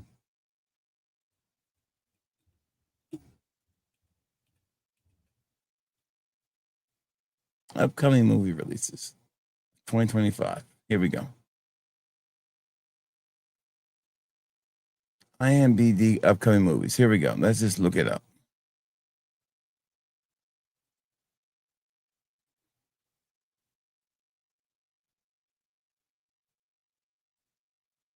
All right, what we got coming out? Here we go. Okay, so we got F1. That's gotten pretty good reviews. Megan 2.0. That's gonna make money. Pony Boy. Don't know what the fuck that is. All right, so here we go. Jurassic World. I don't know. Superman. We talked about Sovereign. That's gonna be a shit show. Eddington. That's gonna be a shit show, right? That's already a shit show. Fantastic Four, we don't really think it's going to be any good. The Naked Gun, the bad guys too. What the fuck is the bad guy? Okay, that's one we talked about. I don't know what the hell that's about. Weapons. Now that one really interests me, right? Have you guys seen that movie, The Weapons? I think I've seen the previews for The Weapons.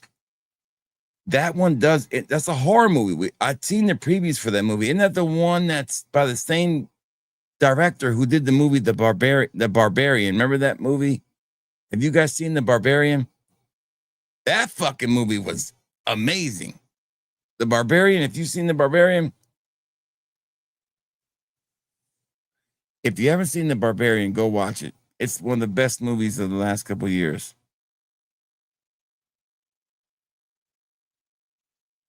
No, that's stupid. That whole that's no.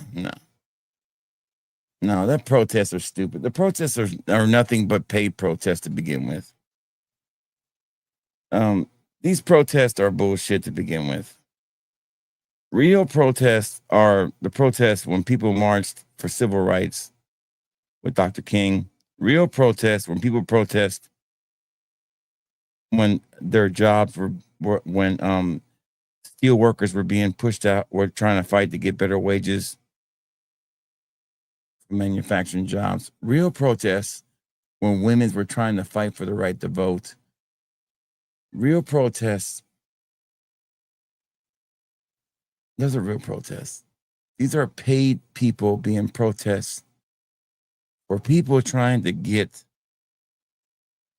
illegal people to stay in a country where they're here illegally so they can change the census so certain paid politicians can have a better chance to keep their seats, not to better the life of their constituents, but only to keep their seats of power, not to better the lives of the people that vote for them, but only so they can make more money, not to better anybody's lives, not to better the lives of the people that they're trying to save, but only to make more money for themselves and the people that pay their salaries.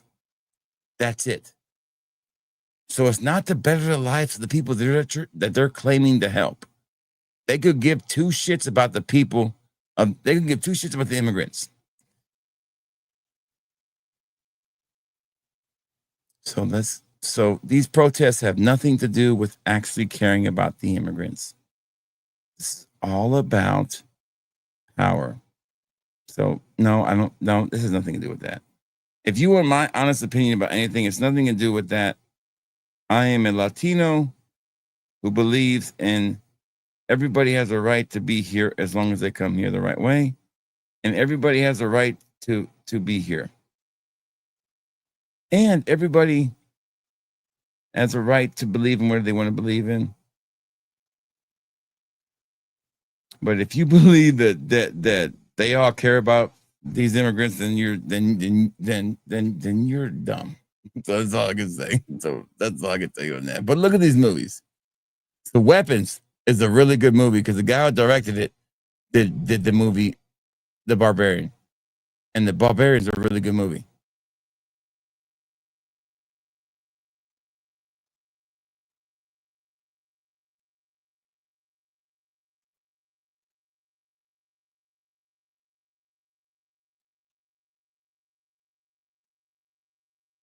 All right. So what's another movie coming out? Shin Godzilla. I don't know what that movie is. Oh, Nobody 2. Definitely want to see that movie. This movie right here, Nobody 2. If you haven't seen First Nobody, go watch it. Go watch the first Nobody. Yeah, the legal immigrants don't want damn fucking immigrants here either. It's the same shit.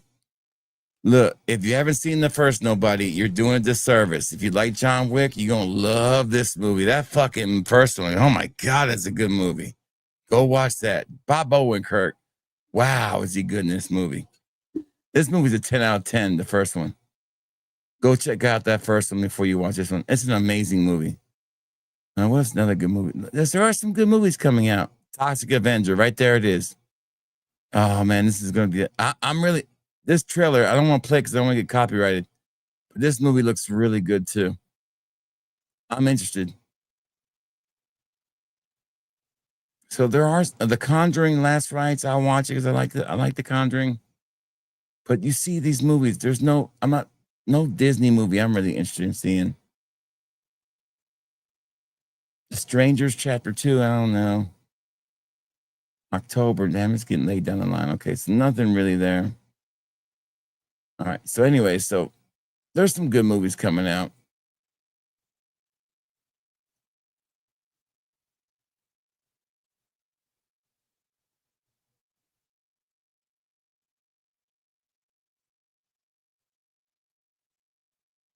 You like that, don't you? You like that, don't you?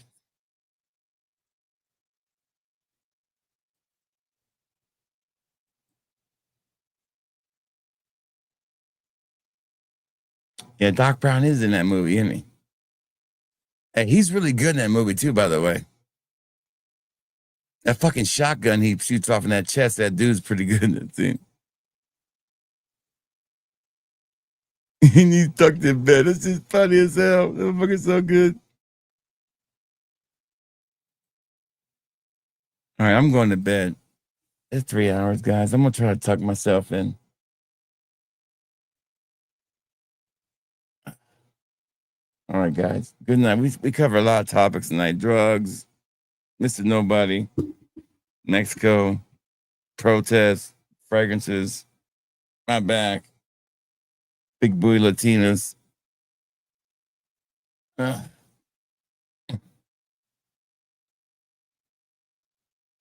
I ain't standing up. You don't want to do that. I'm gonna like the Hunchback of Notre Dame. Sanctuary. Sanctuary. Like, I'm not an animal. Man's like, it's coming, motherfuckers. That shit better be good, man. I got me a nurse. Her name is Juanita.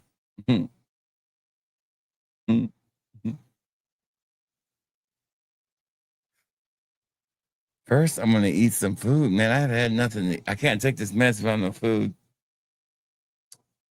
I think I'm gonna. I haven't eaten anything since 4 o'clock, so It's been a while because I'm gonna have to eat something before I go to bed. I'm gonna stay up for about another hour and a half. I did make some biscuits and gravy this morning. So I think I'm gonna go in there and make some biscuits and eat some biscuits and gravy for. I know it's late, but I'm gonna eat some biscuits and gravy. I think I'm gonna make me an egg, and I'm gonna put some biscuits and gravy on it. Some French fried potatoes. I think it ain't got no gas in it.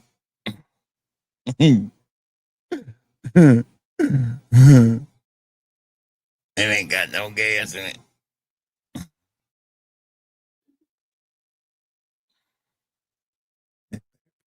Hey, Matt. Better be good, man. Or it's your ass, man.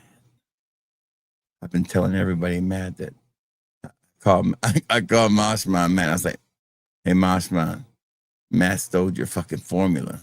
I said, Matt done stole your formula, Matt. I went on the duo group and I said, Matt Lusk and stole your formula.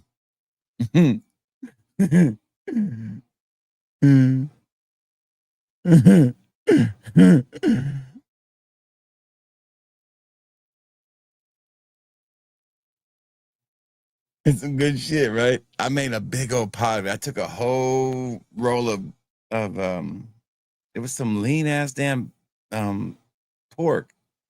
And I made it this morning and I poached about 7 eggs. And I made it for the family. And then I made a big old pan of flaky biscuits. And everybody had biscuits and gravy this morning. But I didn't have regular milk. I had to use almond milk. So it works with almond milk. It works. But I had a bunch left over and I stuck in the refrigerator. So I'm going to heat it up. And I made a big pot of sweet tea. And I have this crushed ice machine that makes like ice like Sonic ice.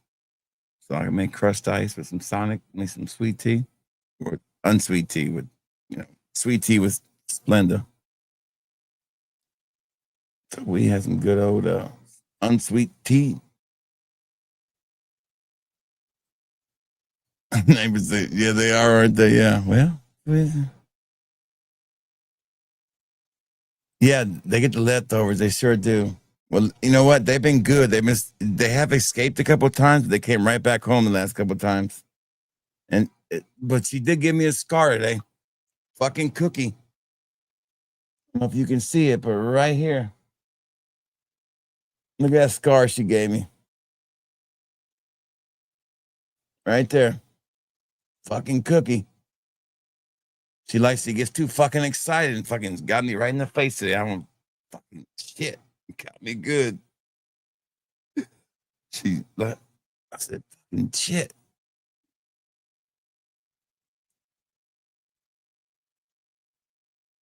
Jerry Lewis telethon, that's right. Cara cicatriz, baby. All right, good night, everybody. No going out music. You have a good night. 3, 2, 1. Party's over. No. Reviews cutthroat man to the. Good night. I don't think the music's gonna play, so we'll just go out without the music. I think it's gonna play. That's it. It's not gonna play, I don't think. Oh, there it goes. Good night, everybody.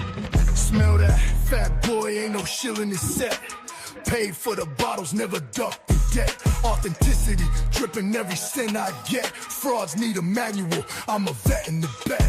Straight from the streets, these reviews get respect. Sniff test, real, no corporate connect.